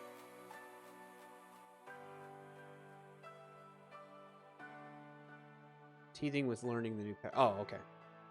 Yeah, no worries. I like it. It's a good pattern, Nala. So thank you. I really appreciate you pointing it out and helping me set it up and get it going. You and Frank and other people that were pointing out doing dependency injection to make this more testable code. So this is good. We're learning. That's what this is all about here. Why did that minimize? Okay. Which one were we on again? All this code is kind of blend. It's like a blur and blending in together now. Sorry, we're on follower, subscriber. We did that. Add gifted subscriber. That's what we're on. So we need this files write data.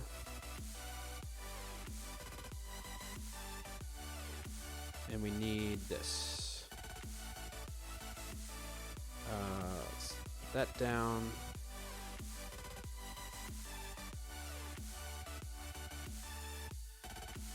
Oh, wait, no. I want this to be down here. Whoops. Inject session data dot add subscriber.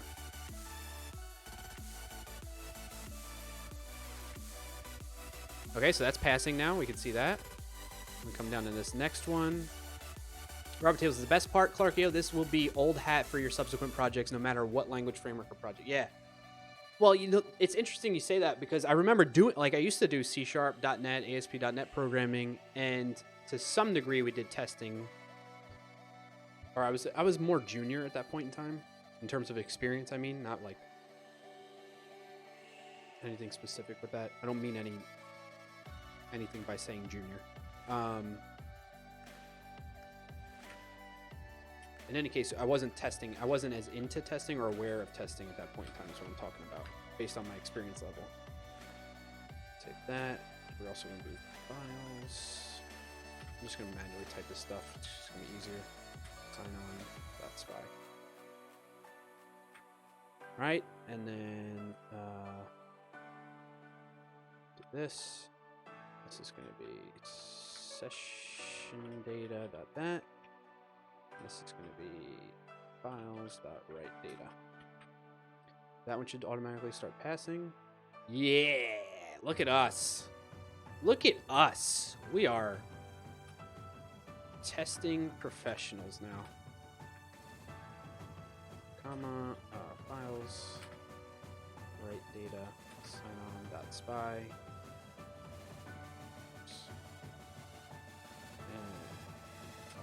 Copy that. This one we're going to say session data dot add that. Files dot write data. And woohoo! They are all working now.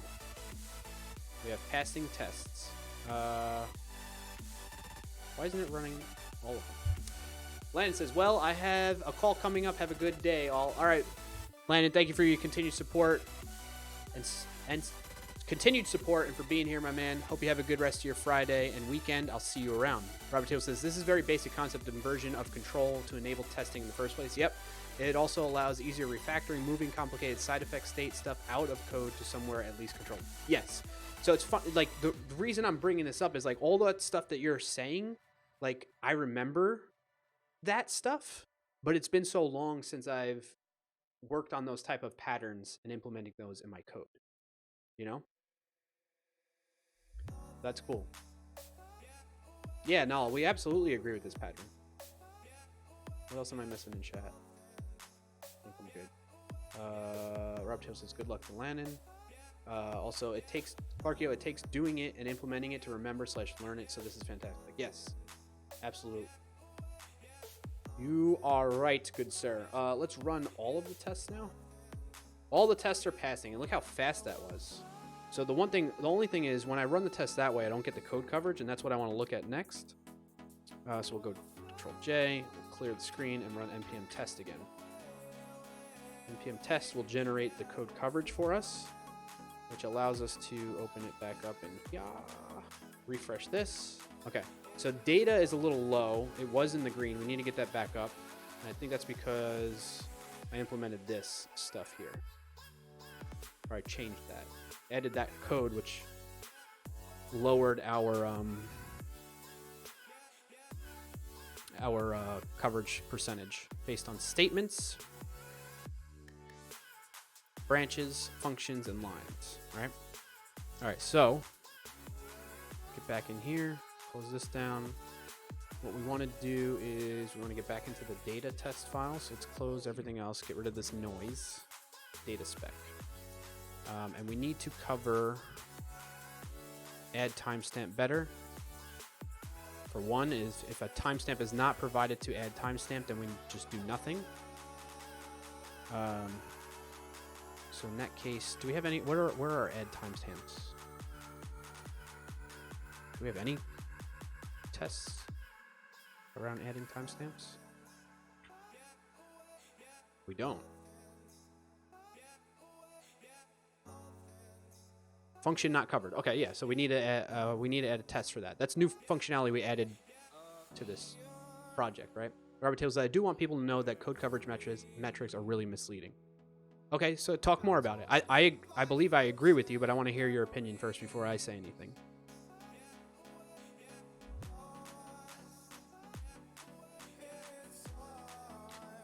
I'm using them as a general metric to make sure I'm at least writing tests for the code that I have implemented. I think what matters, I want to give you a chance to respond, Robert, so I'll wait.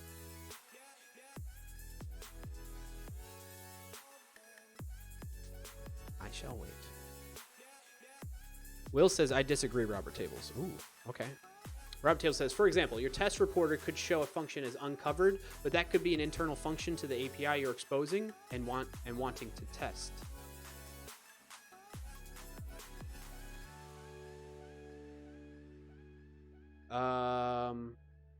Yes. Well, I think you might have mistyped there a little bit in that. Let me make sure I'm understanding correctly. So you're saying like if we have internal functions that you may not need to, that aren't being exposed as the API, but you want to test them, they might show as uncovered because you're not calling them directly. Yes, I agree with you in that sense.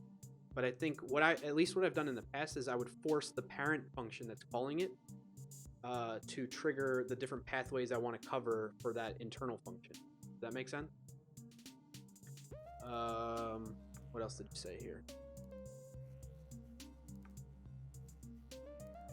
Robert Table says you can have 100% code coverage, but that doesn't mean your tests are actually doing good testing. Yes, and I thought that's where you were going to go with it originally. Like, I completely agree with that. You could, if I really wanted to, I could get 100% code coverage by just doing something like this. And I've seen people I've seen people that got contracted work for a company that I used to work for, that we would tell them, hey, we need tests for this stuff. And what they would do is, like, for instance, let's look at one that's pretty simple and straightforward. That's not covered, right? Like, so right now there is no test that's covering the add timestamp function. So what I could do to fudge the metrics in this coverage report is in this data.spec file. We're going to create a describe, like we're doing here. Let's say describe timestamps, right? Function, and then start writing unit tests for this. So what I could do is I could say just it should add a timestamp when called. Just call it something simple like that. Function, pass in the done, and then all I have to do here is I just have to say data. Oh, why does it do that? Data dot why IntelliSense dot add timestamp, and that's it. And then just say done. And watch what happens now. So I do that. Remember, the coverage for this is saying that it says function not covered, right? And my numbers are 78, 76, 85, 78. So remember that for a second. If I run npm test now like this, doing the full coverage report. Give it a second to run. We'll see in the data here, or that test passed, right? It passed, and my coverage should change. So remember, this is what it is: 78, 78, 76, 85, 78. It's now 82, 83, 100. 100% of the functions are covered. And we can see this is now saying it's covered, but the other branches aren't being covered, right? Which is fine. It is what it is there. So that's kind of fudging the test coverage stuff, and I think that's what you're getting at, right, Robert Tables? Yeah. The metrics were raised, and it makes it seem like it's a good thing, but what is that test actually doing? It's not really doing anything for us. It's just calling that function. And I've seen people, like, it's essentially saying, like, assert, that whole assert part, right? It's essentially doing this. It's saying expect true dot to be true. I've seen contract developer, not to like knock contract. What's the word I'm looking for? Those kind of agency type companies that contract developers out. I've seen them do that, and it's unfortunate because it's not really doing anything. And I'm like, yeah, nice try, buddy. Good thing we review your code before you check it in, buddy or pal. So that's what I think, Robert Tables, you're getting at, right? Jitter Ted, hey, good to see you. Thank you for being here. Says hitting a line of code, it's covered, doesn't mean you've asserted that it's doing the right thing. Yep, exactly. Robert Tables is simply writing a test that calls a function. Yep, we read that. Robert Tables says you could assert true equals true. Oh my gosh. It's like I read your mind without reading the chat yet, and your function is covered. Jitter Ted says, but I do use it as a good guideline to help find completely uncovered code. Yes, yeah. And that's what I'm using it for here. I'm glad you all pointed this out. Thank you, Robert Tables, for sparking this discussion. Hopefully we added a marker while having this discussion so we can refer back to it later. Rambling Geek says, good evening. Good to see you, Rambling Geek. Thank you for being here. Good evening to you as well. How are things by you, buddy? Will says, I think the more general mistake is to think that tests or unit tests are meant to tell you if the code is correct. Right. Dev Drew says, I have no idea what any of this means. Well, ask questions like, what are some of the things that we're talking about that might be confusing, Dev Drew? I want to make sure we help you in better understanding what's going on. Robert Tables, make sure to use exclamation point mark, although marker works, I guess, with the Nightbot, but my stream note taker tool will not listen for marker. I guess I should update it to do that, right? Robert Tables says, consulting companies do that crap. Ask me how I know, and I call it out immediately. Yeah, I know from experience as well, Robert Tables, seeing it. Robert Tables also says, this create a describe block titled, this is how I dealt with sudden new management demanding 100% code coverage metrics, and put all that junk in there. Kidding, but also sort of not. Ouch. Will says, if you think test means the code is correct, then coverage can be misleading. Yes. Noah Code Monkey, hey, thank you so much for that follow. Welcome, happy to have you here. If you have any questions, please feel free to ask them in chat. No question is a stupid question because we're a very warm and welcoming community of developers here. Otherwise, you don't have any questions and you just want to sit back, relax, and learn, then welcome. Thank you. Check out this clip that gets shared in the new command there to give you some more information about what you can do as part of the stream. Rival says, I forgot. What were those numbers? I mean, we saw them change. It went from yellow to green, so that's the other indication too. Robert says, boom, you just got a raise, metrics raised. Jitter Ted, and that's how you game the code coverage game. Yep. Martez says, expected the unexpected. Pog champ. Yes. Obsidian Talon says, furiously scribbles notes. Robert Table says, internal devs do this as well, sometimes to save their jobs due to new policies. Yeah, that's fair. I'm just, again, speaking from my experience, it wasn't internal devs that were doing this. It was external contracted out devs that were fudging the numbers. Robert Table says, Clarkio, yes, this is what I was getting at. Yep. Okay, cool. Cool. I think that's about it. All right, so let's get a couple more tests in. I'm getting hungry, and then I want to start wrapping up. since I'm getting pretty hungry. Let's do the timestamps. Let's make sure we accurately cover, let's really cover the timestamps function, and then we'll call it a day. Sound good? So add timestamp, we want to actually cover this. So let's do the first one. Let's say we call add timestamp and it's not passed in a timestamp value, right? Which is supposed to be a string. Actually, no, it's supposed to be an object. Ooh, I should probably have some code that checks for that too. Note to self. Rambling Geek says, I'm all good, thanks. That's good to hear, Rambling Geek.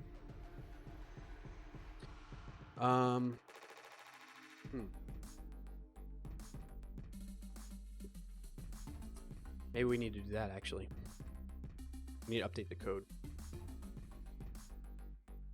What are we doing again? Data. Timestamp. If timestamp is not provided, or type of... How do you do type of again?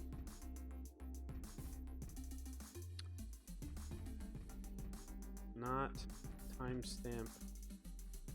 How do you check to make sure that it's an object, right? Type of object? Is that what I want? I forget how to do a type of. Who remembers?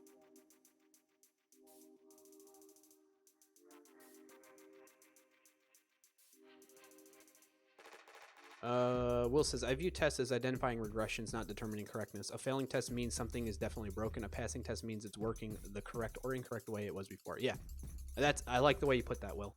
I'm going to say it again, just for emphasis and for clarity here.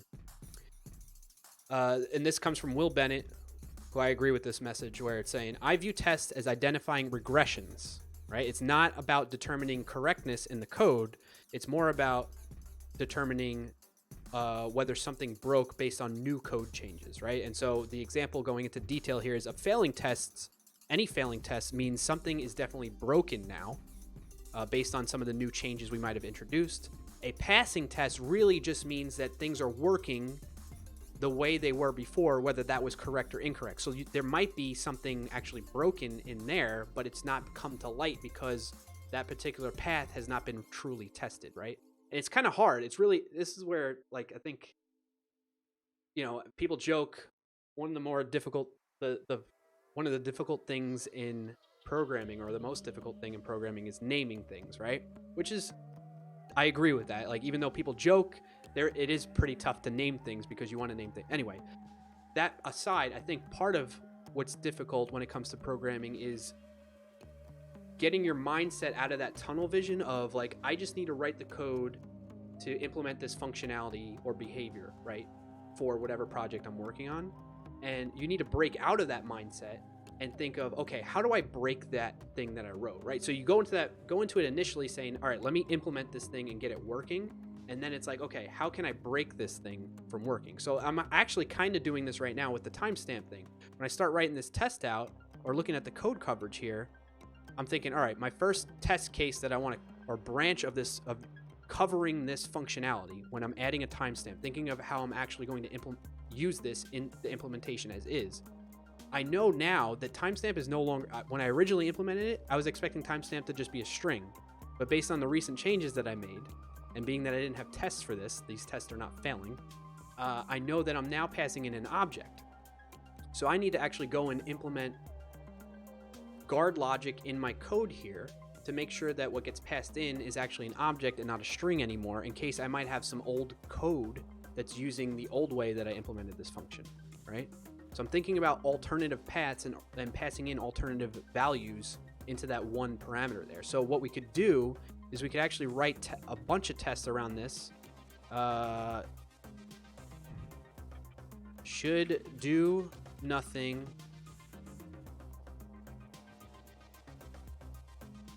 when undefined is provided, right? So that's what we're doing here. We're saying we're passing in undefined. Let's get rid of this, and we'll to do implement this, right? Another case that we would want to do here is we would say it should do nothing when string is provided. Because we want it to be an object. Then we want another one. Right? It should do nothing when a number is provided. I don't know. We could go through different types and stuff like that if we wanted to. Right? And that's like truly testing and thinking about the unhappy path, the untraditional ways that this function might get used that's outside the main happy path. What I mean by happy path is like, what's the simplest way to describe this? What I mean by that is like when you're writing out this function, right? I want to add a timestamp to the data. The happy path of that is I pass in everything that I expect in this case, the end user of this function might be me as a developer and other parts of my code, or maybe this is a publicly exposed API and it could be end users that are using this module, right? So you got to think of that respect. Maybe you don't have that full control over it. What if you yourself accidentally pass in the wrong type of thing as that parameter, right? So you have to think of it from that perspective outside the scope of like what you normally, and when you wrote the code, what you expect people to pass in, they're not always going to provide what you expect. So you need to handle those unexpected scenarios. You need to expect the unexpected. That's what I was looking to get to. Which is hard to do, and that's what I was getting at before. Right? People joke about naming things being hard, but I think what's even more difficult when it comes to programming is remembering, or trying to at least, expect the unexpected. But you cannot necessarily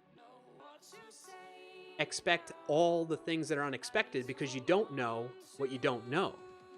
You can only try to know what you don't know ahead of time, if that makes sense. I know I'm speaking very like abstractly, but I think you kind of get the gist, right?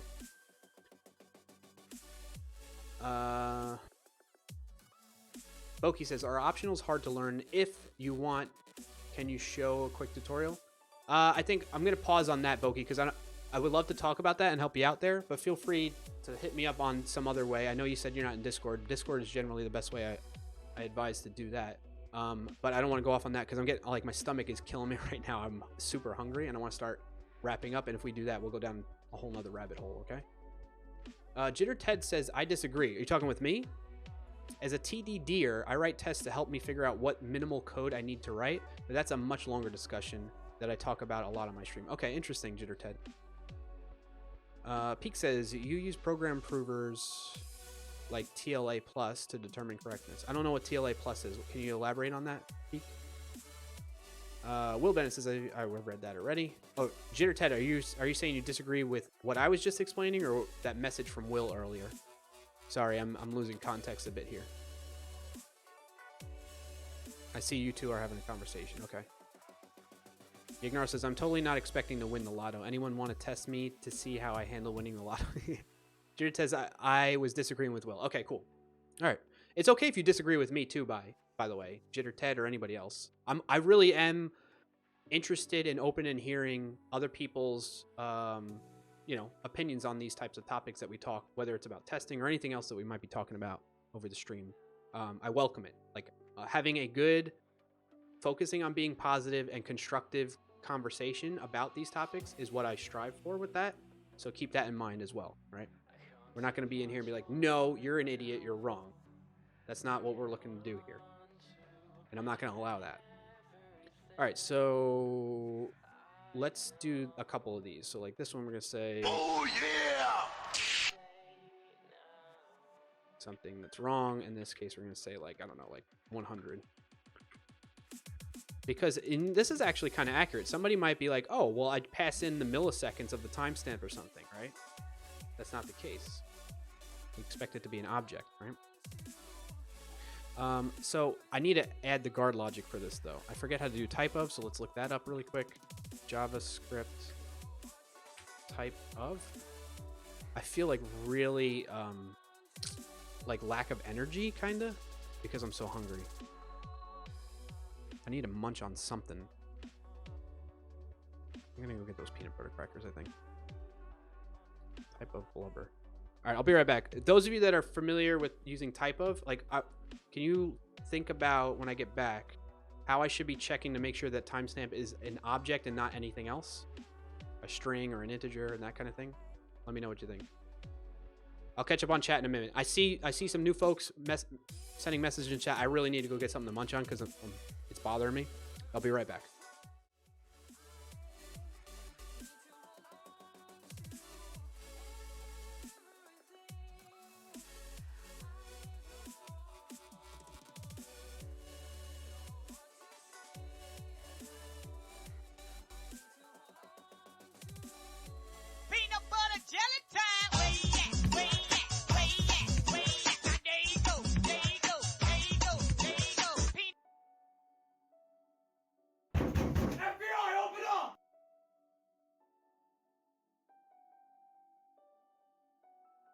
Wow.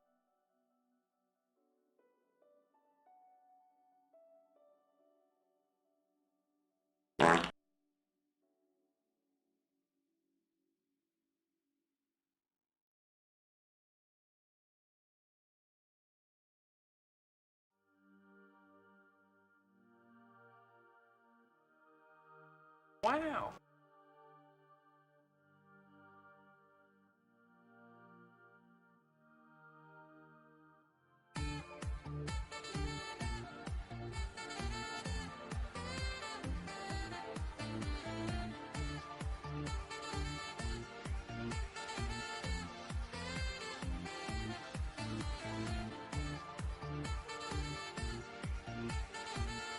Well, I got just the thing to cheer you up.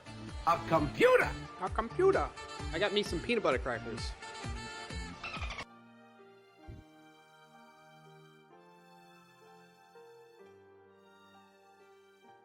All right, catching up on chat. Good to see you, Morwick. Top of the day to you as well. Iggy Seeker says, hi, Clarkio. How would you do TDD for a big library you don't understand? I'm using a special ORM or fetching library, which I'm unfamiliar how they expect me to program. How can I do anything but mess around with them and not test? Okay, so I want to make sure I'm understanding the scenario correctly, Iggy. And thank you for being here. Thank you for your question in chat. What happened to the music now? Hello? This is why I don't use Pretzel Rocks anymore. Stuff like that happens all the time. All right, so for one, let me first preface it with I'm not at the level of where I'm doing true TDD. True TDD, test-driven development, means I'm actually writing test code first, and then I write code that helps make those tests pass, right? So you write code that's expecting, like in this case, for like the data file, I would normally, actually, we're kind of doing this a little bit, right?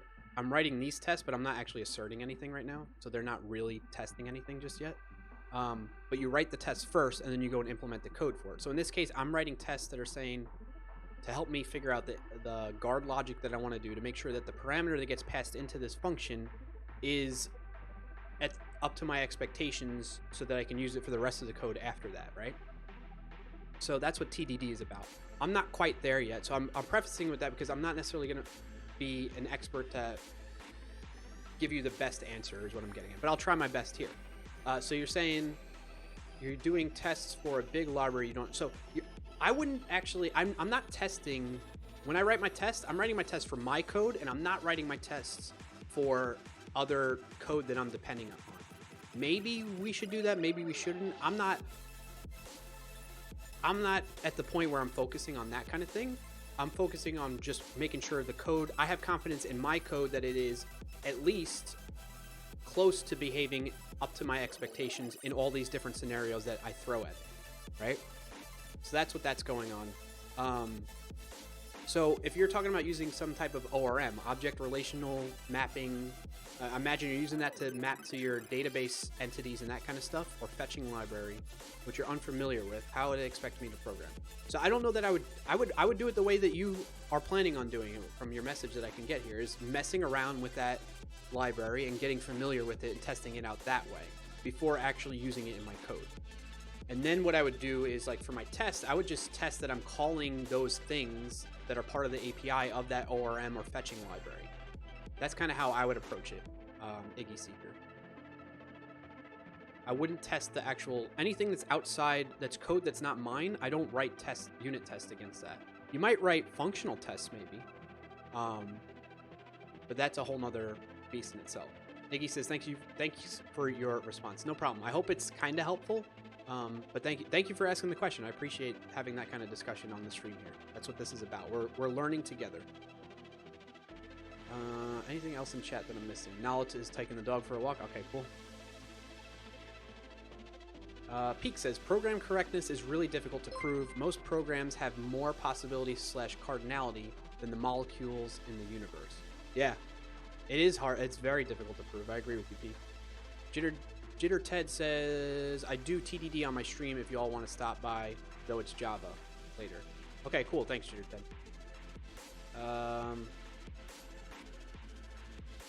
Iggy says, Clark, you're right. This is my code that it's incorporating these new libraries. I'm definitely not advocating testing libraries. Okay, cool. I'm with you now. Will says, you had me till you said Java, Jitter Ted. Hey, no language bashing, Will Bennett. Block Scope, hey, good to see you. Says, hey, what are you working on? Check out the today command and the project command. !today and !project. That'll give you more information about that, Block Scope. Thank you so much for being here. I appreciate your interest in the stream. Oh, look at that. Stream Elements kind of answered. That's cool. I forgot I did that. Njix, thank you so much for the follow. Welcome. Happy to have you here. If you have any questions, please feel free to ask them in chat. If you haven't noticed that already, we're a very warm and welcoming community. And no question is a stupid question.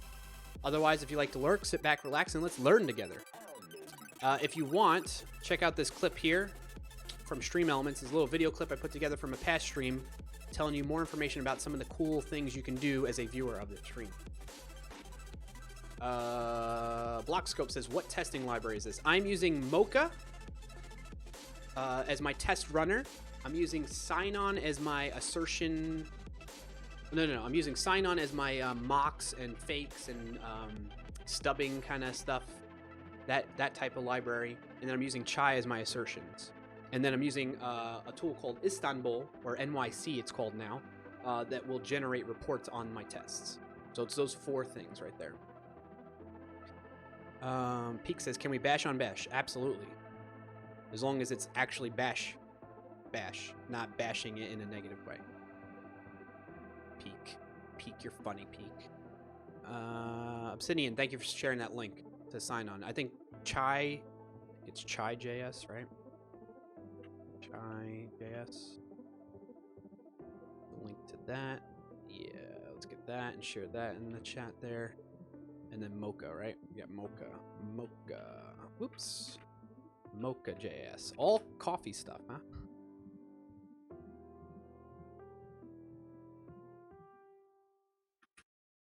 There you go. Will Bennett says, hold the eggs and tomatoes. Another controversial point. I don't believe in unit tests for the majority of cases. I believe in behavior tests when written as mini integration tests. That's cool, man. I mean, yeah. Dude, we're good to have these types of discussions. I need more peanut butter crackers in my life right now. I'm starving.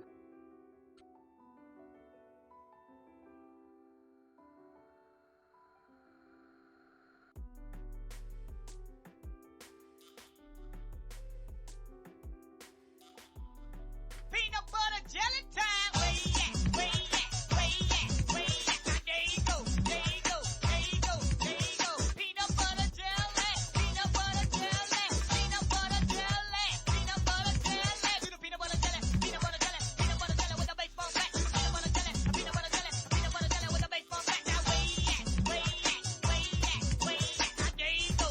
There you go. There you go. There you go. Now peanut butter jelly. Peanut butter jelly. Peanut butter jelly. You want to come in here on stream and do that? They're going to see you. Right there.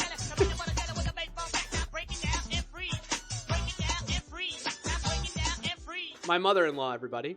Say hello. Hi. Hi. There's a first. My wife has not been on stream, but my mother-in-law has decided to come on stream.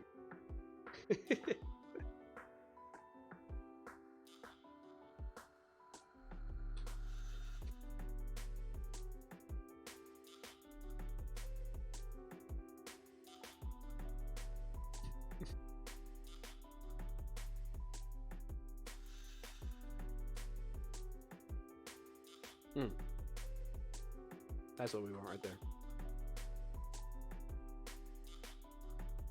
All right, so let's see how we can do what, like, type of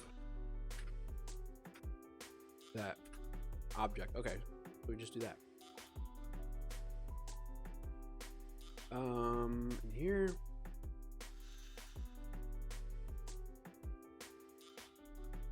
Okay, why doesn't that work? Oh, because you got to do type of timestamp and then whatever it is. I guess I can do this.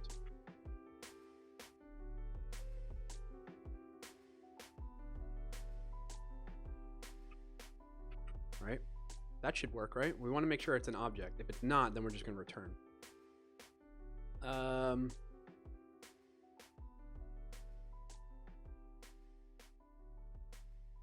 Ramblin' Geek says, hi. You're all saying hi to my mother-in-law. Geek says, hello, mother-in-law. Ignaro marks mother-in-law sighting. Jitter Ted says, gotta get ready for my stream later. All right, Jitter Ted, have a good one. Ramblin' Geek says, wait, did you have sound going through speakers? The peanut butter jelly time? Yeah, you can. I can hear it. And so she heard it when she was walking by in the hallway here of my office, and that's what drew her. She opened the door and started dancing along while I was dancing.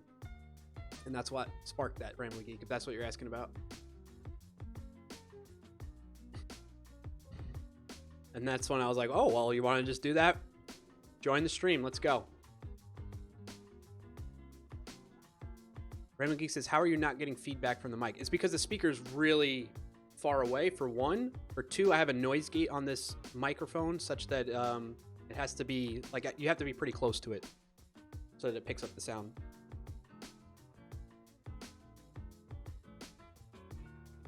Like, the decibel level of the music right now playing on that speaker that's over to the side here, it only plays on this side, by the way. I don't have, like, surround sound kind of going. I think that's what's up. So it's crazy, though. So she heard the speaker, but the microphone doesn't pick it up. It's not loud enough for the microphone to grab. Or at least I believe so. This is how I've been running my streams in the past, too. All right, so these tests should actually work now. I think, how do I want to assert this, though? I guess the result should be an empty... Yeah. So we just check what's returned, right? So we could say, hello, wifey.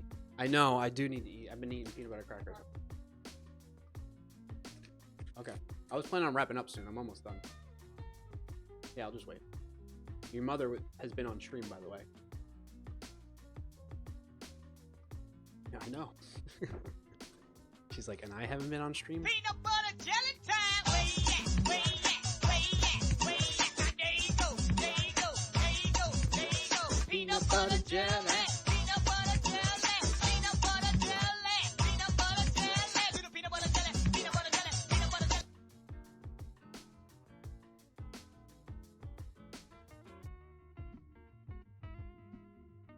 Will says, some guys have all the fancy tech. It took a while to build up to this, man. Don't you be hating on me, Will. This didn't happen overnight, buddy. Remley said, no wife on stream. Well, I mean, it's up to her if she wants to come on the stream. Not me.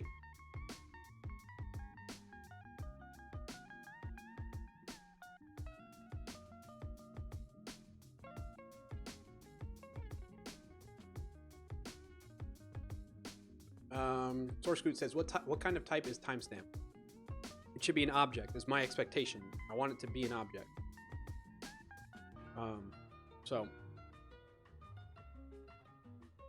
that's why I'm writing these tests, to make sure that this particular part of the code gets accurately, it's doing its job, essentially, right? Emily says, yeah, I know, I was teasing, sorry. Oh, no, don't worry. I'd be happy to have her on stream if she wants to be on stream. It's up to her, though. I'm not gonna, you know what I mean? That's why I have the camera pointing this way now. I used to have the camera pointing where it would face the door. Plus, it's better, actually, with the big green screen now, too, anyway. Peak says, do you have to go to Redmond once in a while? What's the deal with Microsoft remote workers? I think it depends on what team you're on at the company, Peak. Like, so the team I'm on, the developer relations team, we have a once-a-year team summit. So we're all kind of, I mean, we don't even have to go to that, but it's kind of a good thing, especially if you're a remote worker, to meet every once in a while. And so we go to that, and that's where I fly out to Redmond for that.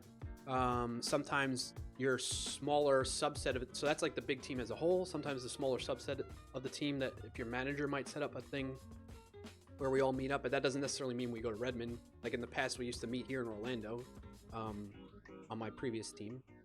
I know there's other Microsoft teams and people that work remotely that don't necessarily meet up. Like, for instance, the VS Code team has like a bunch of people that are in Zurich, Switzerland, and they just they have their offices there and they meet up there, but they're remote from the Redmond office. You know what I mean? But I think every now and then they have a thing where they all meet up too. But that's what I mean by like, every team might be a little bit different in terms of how their remote workers meet up. Good question, Pete. Thank you for asking. Source Code says, if timestamp should become an array, it will pass line 78. Oh, even if it's an array? Array is an object? Type of that? Oh, good point. How do you know if it's an array then, Source Code? Good call. We need to try that. I'm glad you bring that up. Let's add that test case too.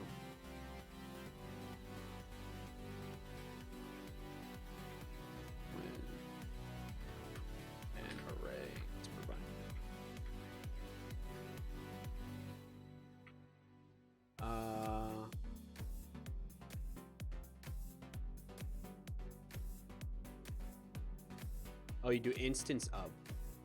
Okay. So I need to add that guard logic too then, huh? Oh, whoop, that's the wrong thing. So I need to do or time stamp instance of array. So if that's true, then we don't want to do that either. Okay. All right, let's get the test rolling and see if this works. So we're going to capture the result. Const result equals that. Actually, we should do this for all of them. Let's do that quickly. Let's do multi-line editing. You ready, folks? So I'm going to do data dot, and we can see it's highlighted all those. I know I probably have data dot somewhere else, so I'm going to do Control D until I reach this bottom one. Control D, D, D. So now I can see I have a cursor on each one of those. And then I'm going to go arrow left. Const result equals that. I'm going to go end of the line, enter, enter, expect result dot to be undefined, and then we'll be done. We can get rid of these to-dos as well.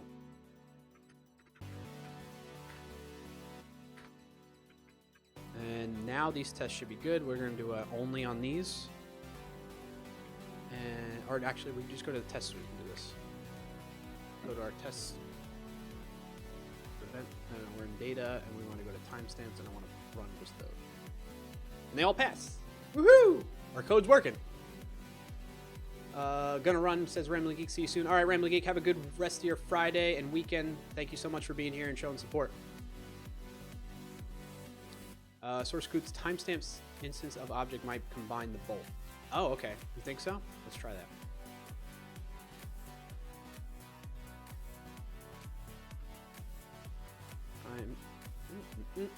Timestamp instance of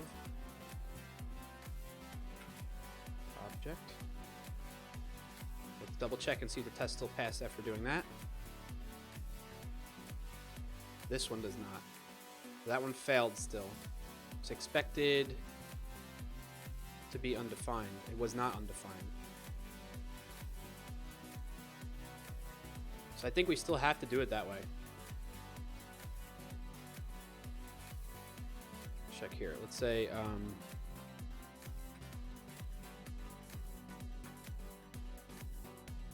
yeah, see, it still says object for array. Source code. So there we go. We just learned. We still have to check for an array separately. Or timestamp instance of array. Now if we run these, they all pass again. Okay, cool. All right, so we got this code done and running. So now we need to, let's pass a valid timestamp object that has an hour, a minute, and a second. And we should expect some type of formatted text to be sent back to us. So let's do that. So we're gonna have it should add a timestamp without user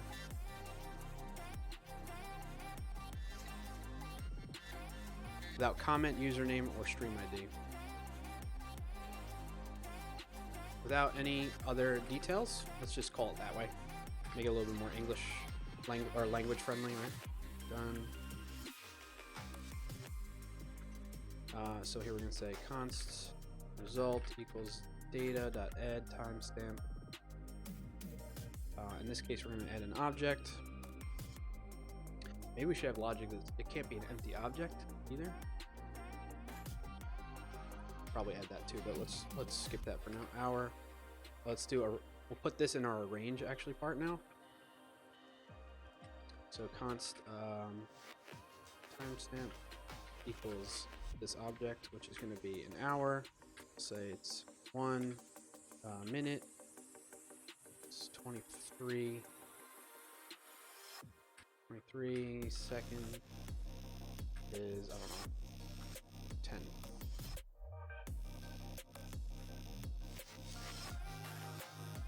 Timestamp. Expect result to not be undefined. And then we should also say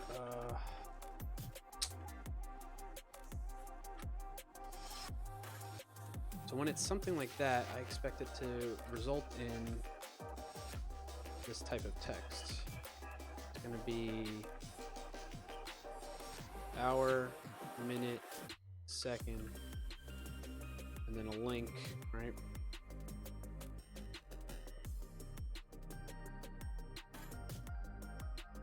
Which is going to be that. Question mark T equals the hour, and then H, the minute, and M, second, and S. It says seconds twice. Well, let's do it like this. Let's say 10. Let's actually do the real thing here. Minute is 23. Hour is 01. So that's what we expect the output to be of this. And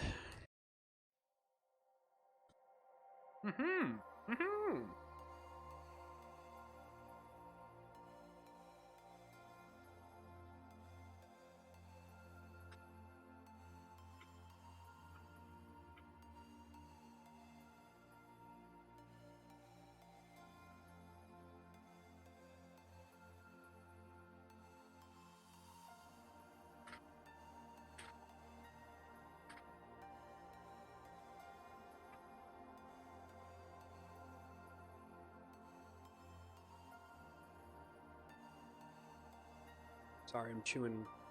I hope you all, I mean, the noise gate should have cut it out so you didn't hear me chomping away on that.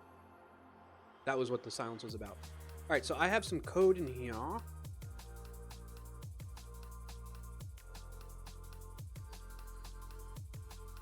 I don't know. I don't need to do that code, actually. I'm thinking of logic for my other code, which I think is the event listener. Where's the one where I'm actually converting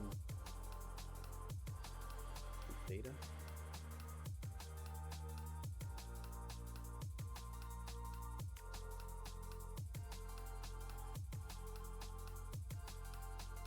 Chat listener.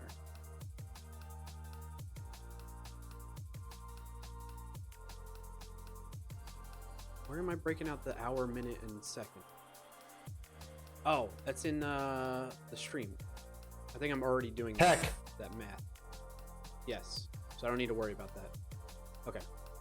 What's up, Robert Taylors? Look at this guy being all cautious about letting some chewing noises get out, but he'll clip the crap out of my IRL stream and turn my voice into a soundbite on stream. Hey, I wasn't the one who did that. I had that actually all provided to me, and you gave the okay to put your voice in as a soundbite on the stream.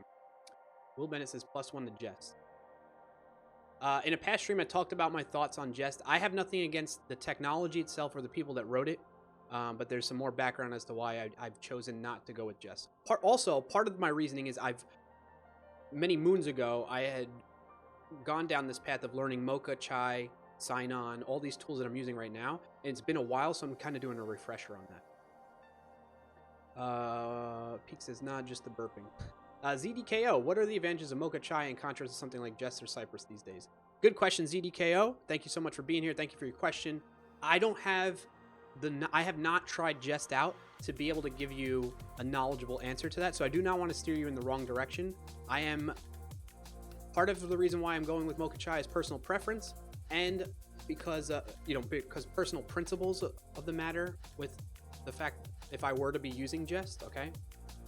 You can check out some past streams or ask people in chat to explain that a little bit if you'd like. I don't feel like going into detail down that rabbit hole right now. It's nothing really serious. The other thing is because of my history in terms of I used this before, so it was like a way to refresh my knowledge around these tools. So, but my understanding is Jest is a great, and Cypress, I have not tried Cypress either.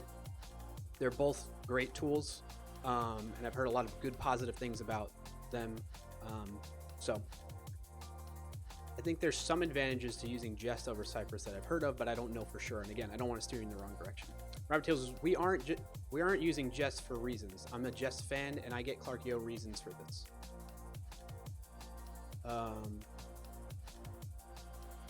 Oh, like you mean you understand my reasonings at least? Robert Tables that we talked about on past streams. Robert Tables says, but thanks for the suggestion. I don't disagree, but it's just the tooling we're going to use for now. Yep.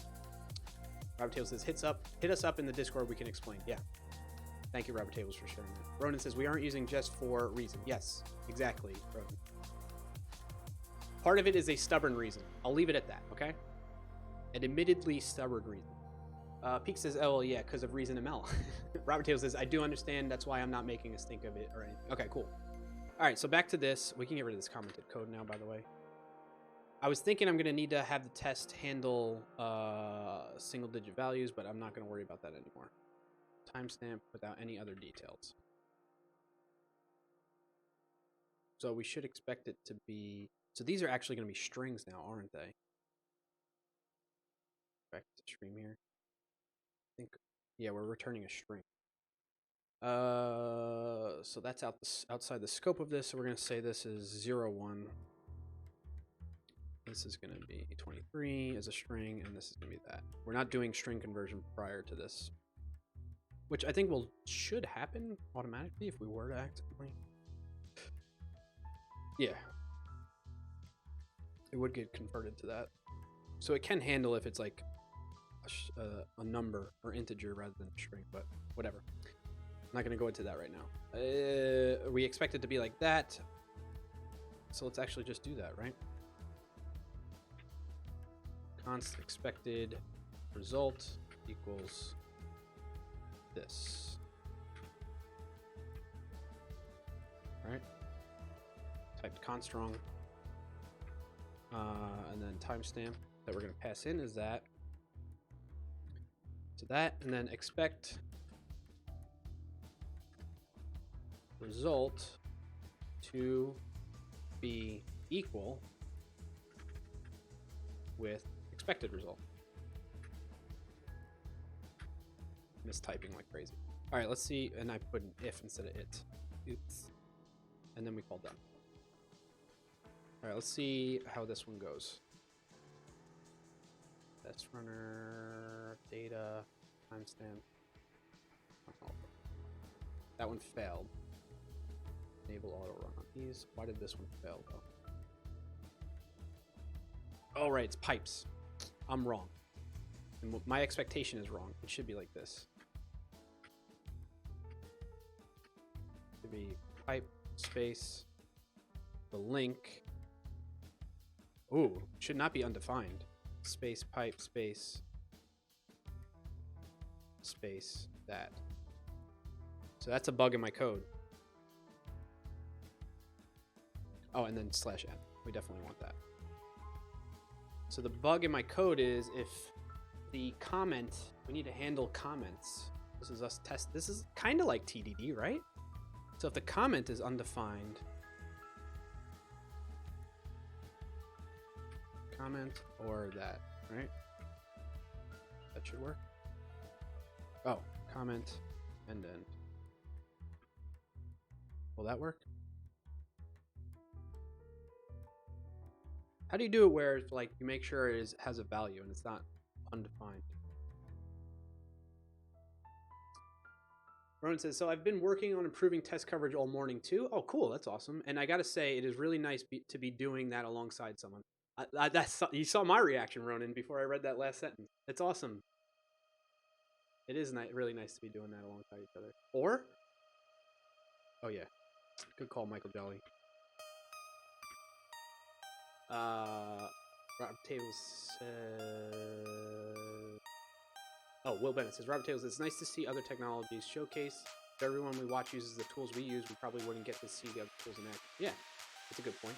Robert Tables in response says, I totally agree. I frequent all kinds of streams. Just learning is valued. Yeah. It's cool. Good vibes, peeps. Good vibes. Okay, so that should work now. And it is passing. We got it passing. Okay. Sweet sassy molasses. All right, so now we want one happy path again. This time we're going to add it with a comment.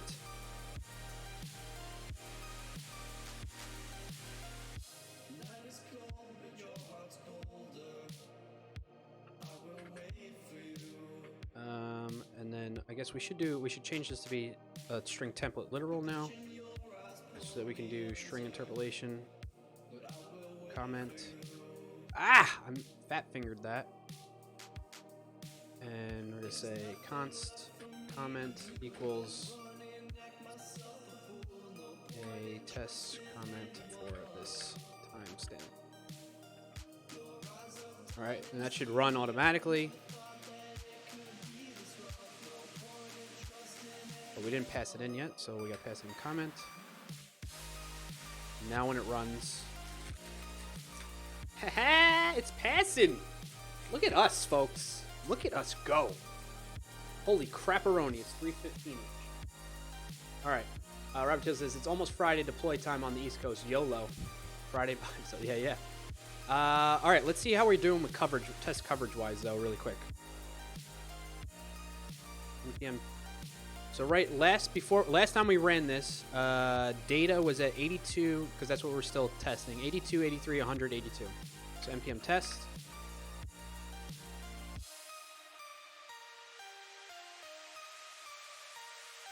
Okay, cool. Let's go to the actual coverage view.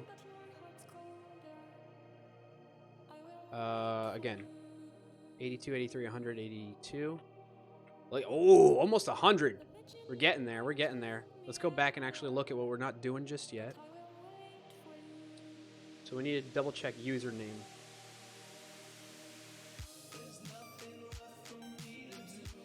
We need to check if there's a username that's not my username and then username that is my channel username. How does it know what the channel is?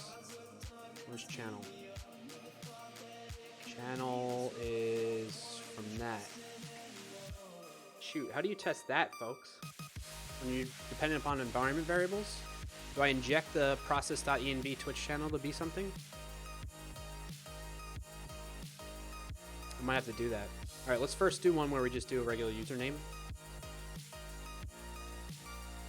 Robert Tibbs says, Clarkio, you fake your environment for testing. Okay, cool. Obsidian says, heck yes.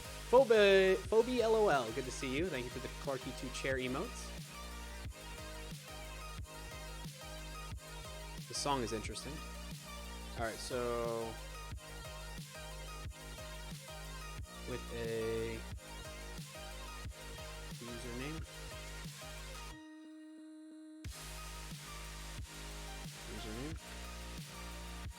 Oh, comment.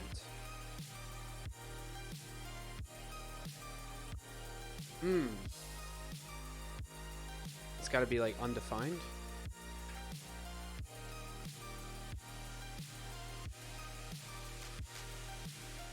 no comment and a username.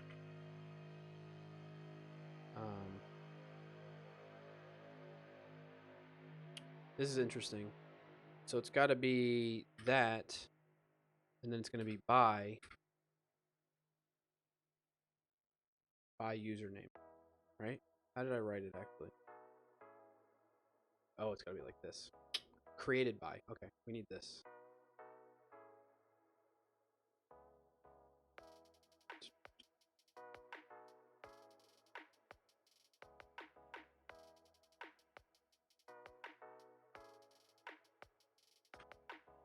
That should be better. Still not passing. What's it saying here? Expected that to equal that. It's hard to see. Undefined.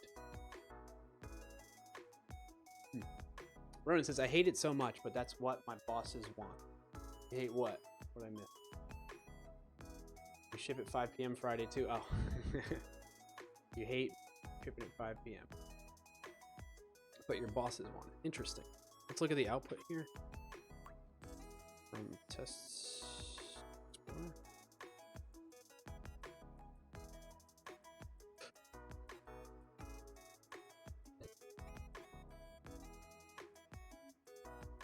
Why isn't it showing me what it actually does? Oh, because username is weird. Say, let's just say Twitch is the username.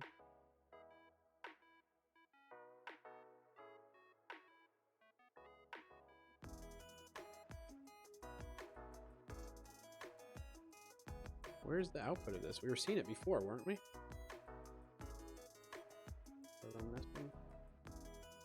I know I see the error here, but like, how do I get that? Oh, click on the output test explorer. You have to click on it. All right, so expected this. It's because there's undefined in there. Is it converting undefined to a string? All right, we're gonna have to change the code for that, I guess.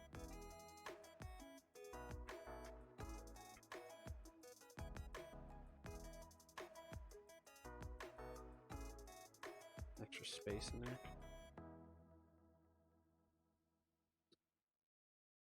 Robert Taylor says, LOL JavaScript, you tricky mistress. Yeah. Will Bennett says that makes sense. Make no sense. So if there's a problem, you ruin your weekend. Yeah, that's what it sounds like. The bosses want to ruin Ronan's weekend all the time, and his fellow teammates.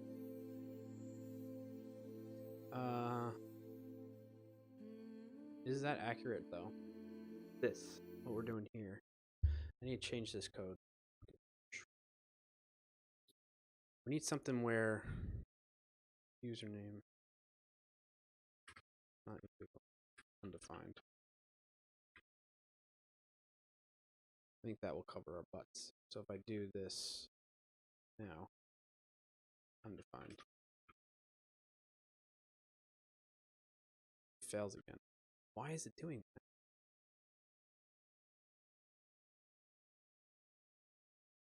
Oh no, comment.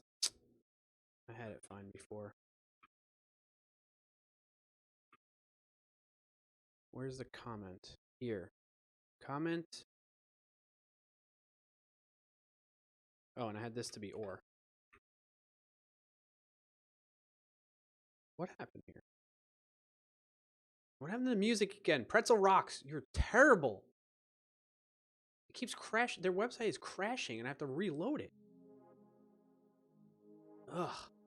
Ronan says the theory is that most people go home by or before 5 p.m. on Friday, so if we break anything, no one or very few will notice. I tried to explain blue/green deployments and how my pipeline worked, but shrug. That's unfortunate, Ronan. I'm sorry to hear that. Okay. Why is comment? Let's figure this out, and then we're going to call it a day. Comment is showing up as undefined instead of like this.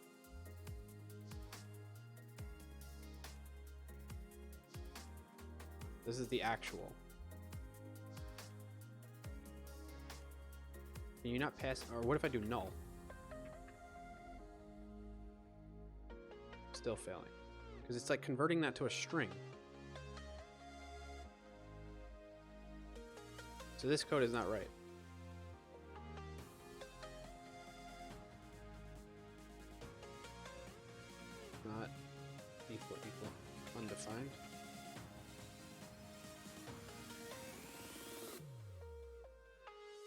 hate doing this, but make it ternary there. So I'm saying if comment doesn't equal undefined, then make it comment, otherwise make it an empty string. Still doesn't fix it.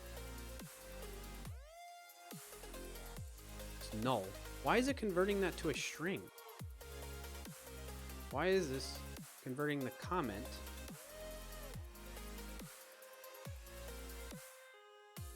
Oh, because we have a username. That was right. Oh my gosh, I'm a knucklehead. Oops, that's the wrong thing. It's because there's two places where I'm formatting this. That's why. Stupid me, dope. So we need to make this back to be comment or that.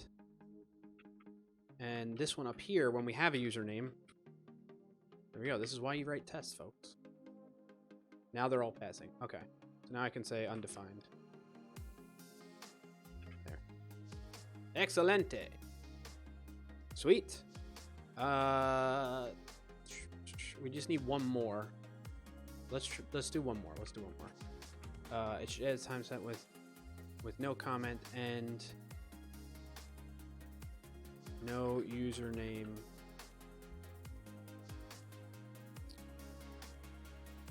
When created by channel host. Right? So in this case, I want to somehow, how do I fake the process.env? How do I fake process.env? I expect it to be just blank. I expect it to be. Expect it to be that.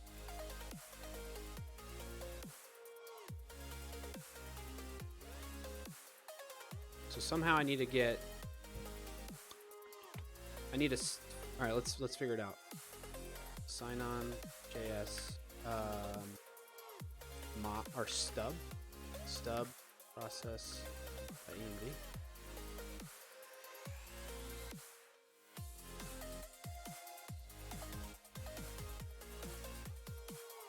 From my understanding of process env, you can simply treat it like any other variable when setting its properties. Keep in mind though, every value in process env must be a string. So okay.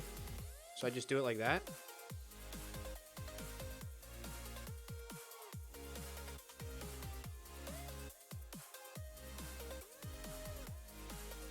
Source code says, can't you just give it a new value? Yeah, I think you're right. I wasn't sure if we needed to like fake it or not. Okay. I need to say process.env dot Twitch channel equals username. Let's move that up so that that works. And I could just leave it like that, I guess. See if that fixes that.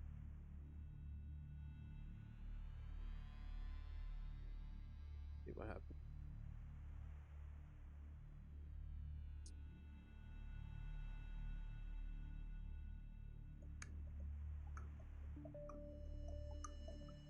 Okay.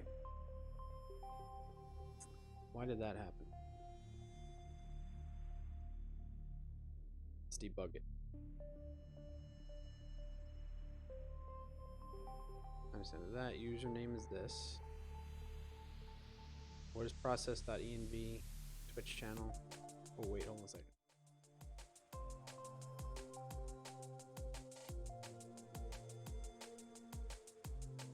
Okay. I was like showing my full local environment variables on stream by hovering over it. Good idea. Luckily nothing's on screen there. Okay.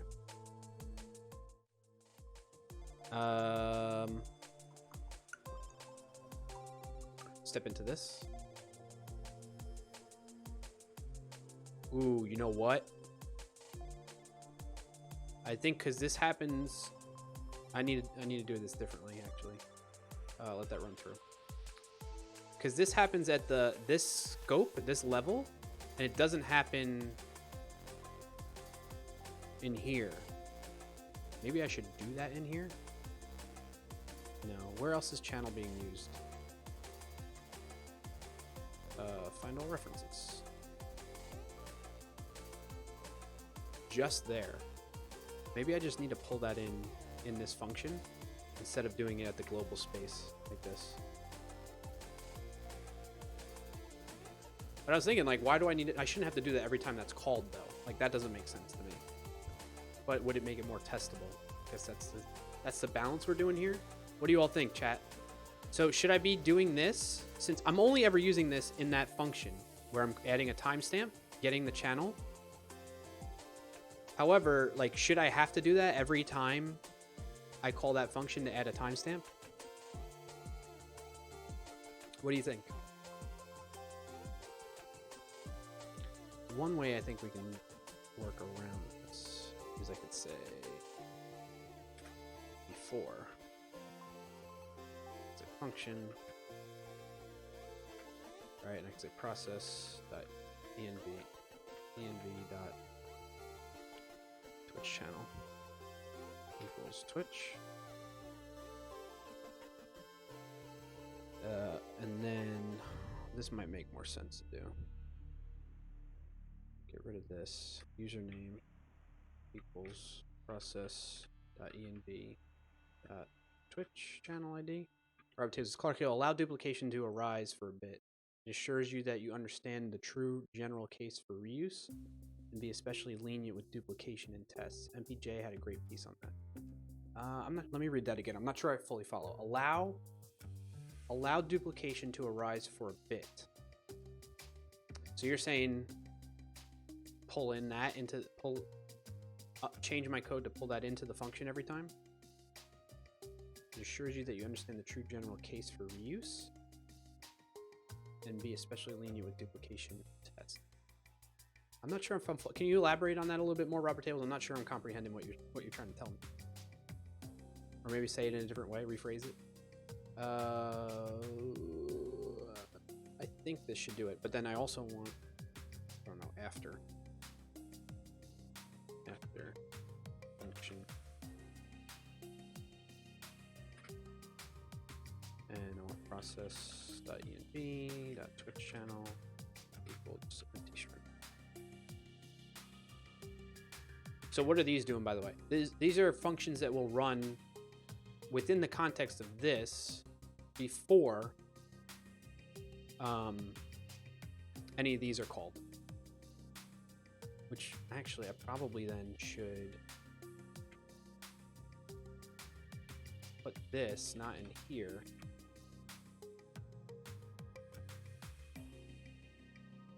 But instead in a before function for each one of these. I might need to do that then. Where are we?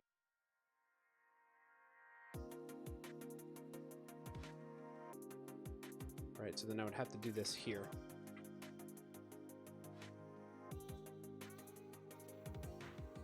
How's that not being used then? Data is not defined. Oh, I see what I can do actually. Let's cancel that. Go up to the top. Control Z again. Make this a let.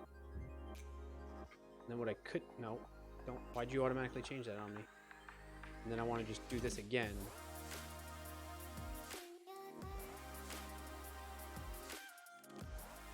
Where'd it go? Here, but after that. Does that make sense? All right, Robert Tables rephrased and says, now if you want to run a test that simulates a different Twitch user, what would you do? I would then have to probably, well, the way I'm doing it now, I would have to break it out into a separate describe that then pulls in the data module that gets that new environment variable. Robert says, what if you want a negative case that makes sure that the wrong user doesn't get to proceed through your process? You just handcuff yourself. What if you want more leniency to a feature in test versus prod? Yeah, you're right. So, all right, you convinced me.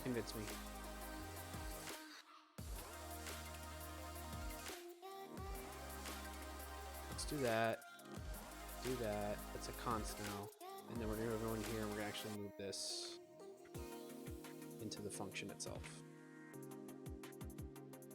It does give me a good amount of flexibility, at least. I like that.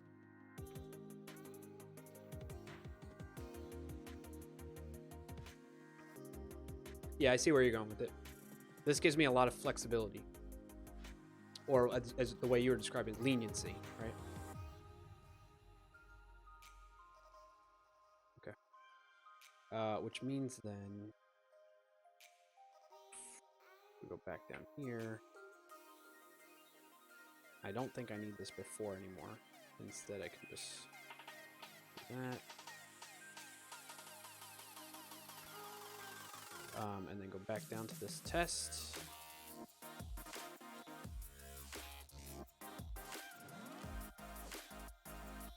That should work. All right, let's test it.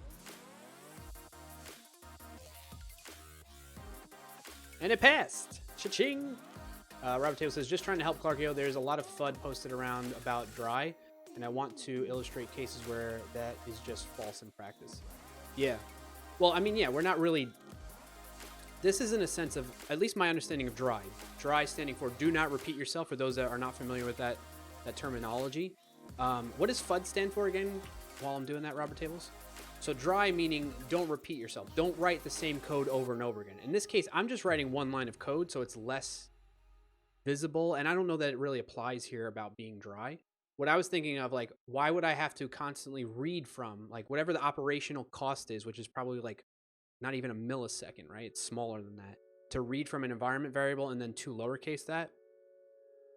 I'm like getting into preemptive optimizations here that are really not going to give me any gain, and it doesn't matter in this case because of how, like, it's not like something that's got a crazy what's the term I'm looking for? Like big O notation. What's the like general scope of that? Like meaning oh my gosh, I'm blanking. Like, this is not a high computational thing or a function that's going to be called so frequently that I need to worry about, like, what big O notation helps us calculate. And I forget what the word is that I'm looking for. So it's okay for me to just go ahead and get channel every time. But if it was something that was like, imagine being in a for loop that had thousands of operations going on within that for loop. You want to minimize, I mean, one, don't do that. But two, okay. Why is he coming? Get out of here, boy. I lost my train of thought there. In those scenarios, you want to optimize as much as possible, right? Time and space complexity. Thank you, ZDKO. Appreciate it. I was blanking on that. C17R, good to see you. It says fear, uncertainty, doubt. That's what FUD is? Oh, yeah. Robert Table said it too. All right, thank you both for explaining that. Robert Table says, Clarkio, but you can now tweak that process environment variable per test. Yeah, I know. I definitely have an appreciation for that flexibility, and I think this is a much better approach. Cool. All right, so we did it. Let's double check the test coverage now. Let's do npm test again. SourceScoot says, I agree. I like to keep my tests as confined as possible. This way they don't have the least dependencies. Yep.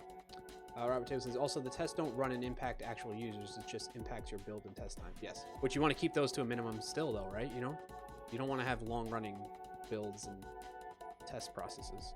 Data. Oh boy. Do you see that? Ladies and gentlemen, hold on. Let's see it in the pretty format up here. Let's go back here. All right, we're at 97, 94, 197. I refresh. We are 100 across the board, ladies and gentlemen. Ladies and gentlemen. Mark it, please. Mark it, please. Excellent. Look at that. It's a beautiful day in the neighborhood. We've reached 100%, folks. 100%. So now we have... all this stuff is covered, even these other branches. This is what's important. Notice these 4x and 26x and all that fun stuff. It shows us that we're covering these other pathways that might happen. Where I think I would want to expand upon this to take this and get even more level of confidence outside of 100% coverage here, right? I don't have full confidence in that, like if, for instance, this Twitch channel, maybe somebody sets that process environment variable to something that's not a string.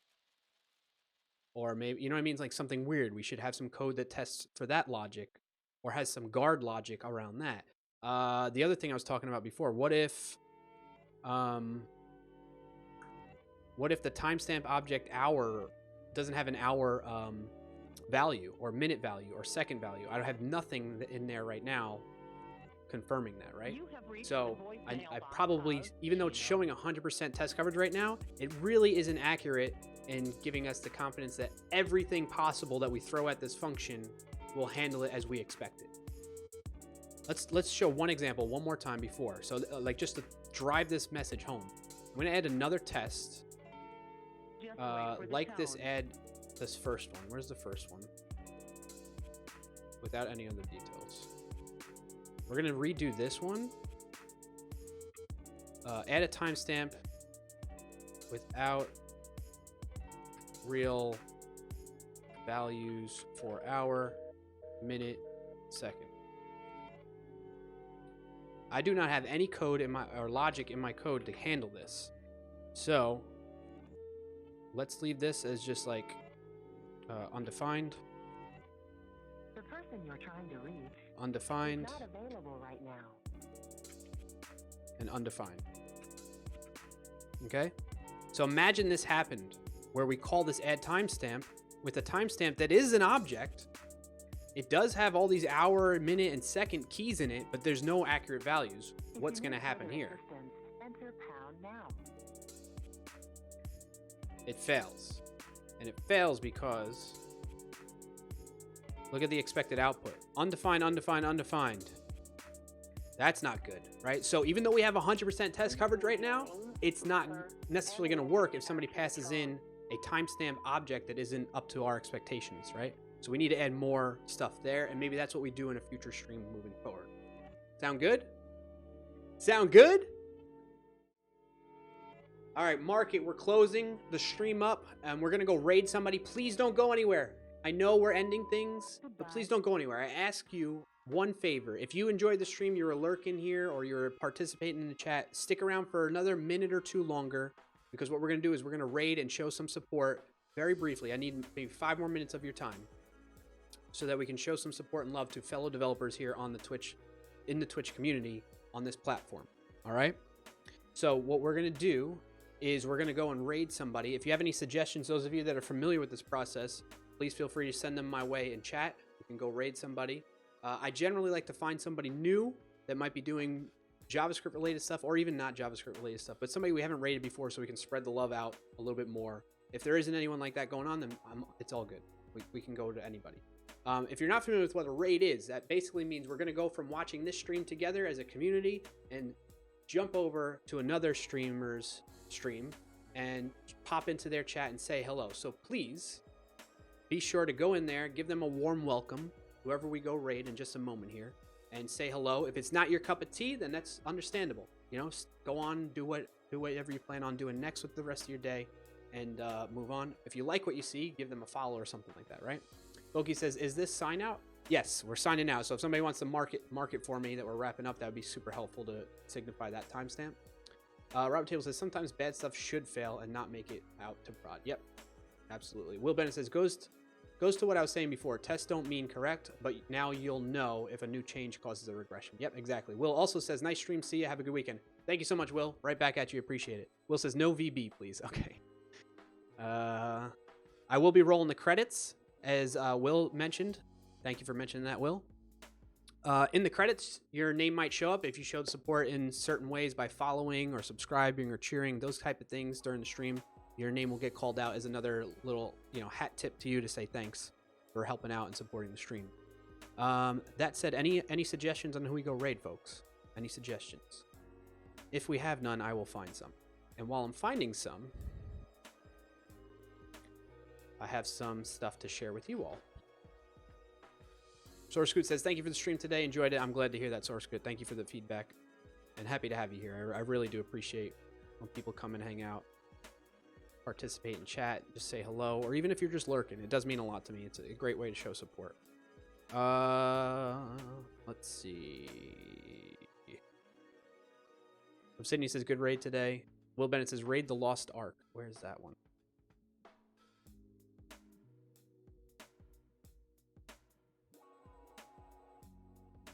Where is that one? Do you have a link to that one, Will Bennett?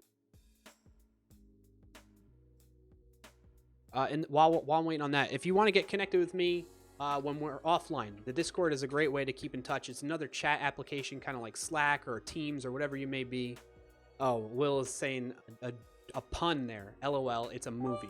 Raiders of the Lost Ark. If you want to get in touch and keep in touch with people from the community here or myself, a great way to do that is through our Discord server. Feel free to join up there. Same thing that you see here. Very warm and welcoming developer community helping each other out. Robert Tables with the 200 bits. As always, I had a great time. You have the most engaging dev stream out of any of us. Oh, dude, come on.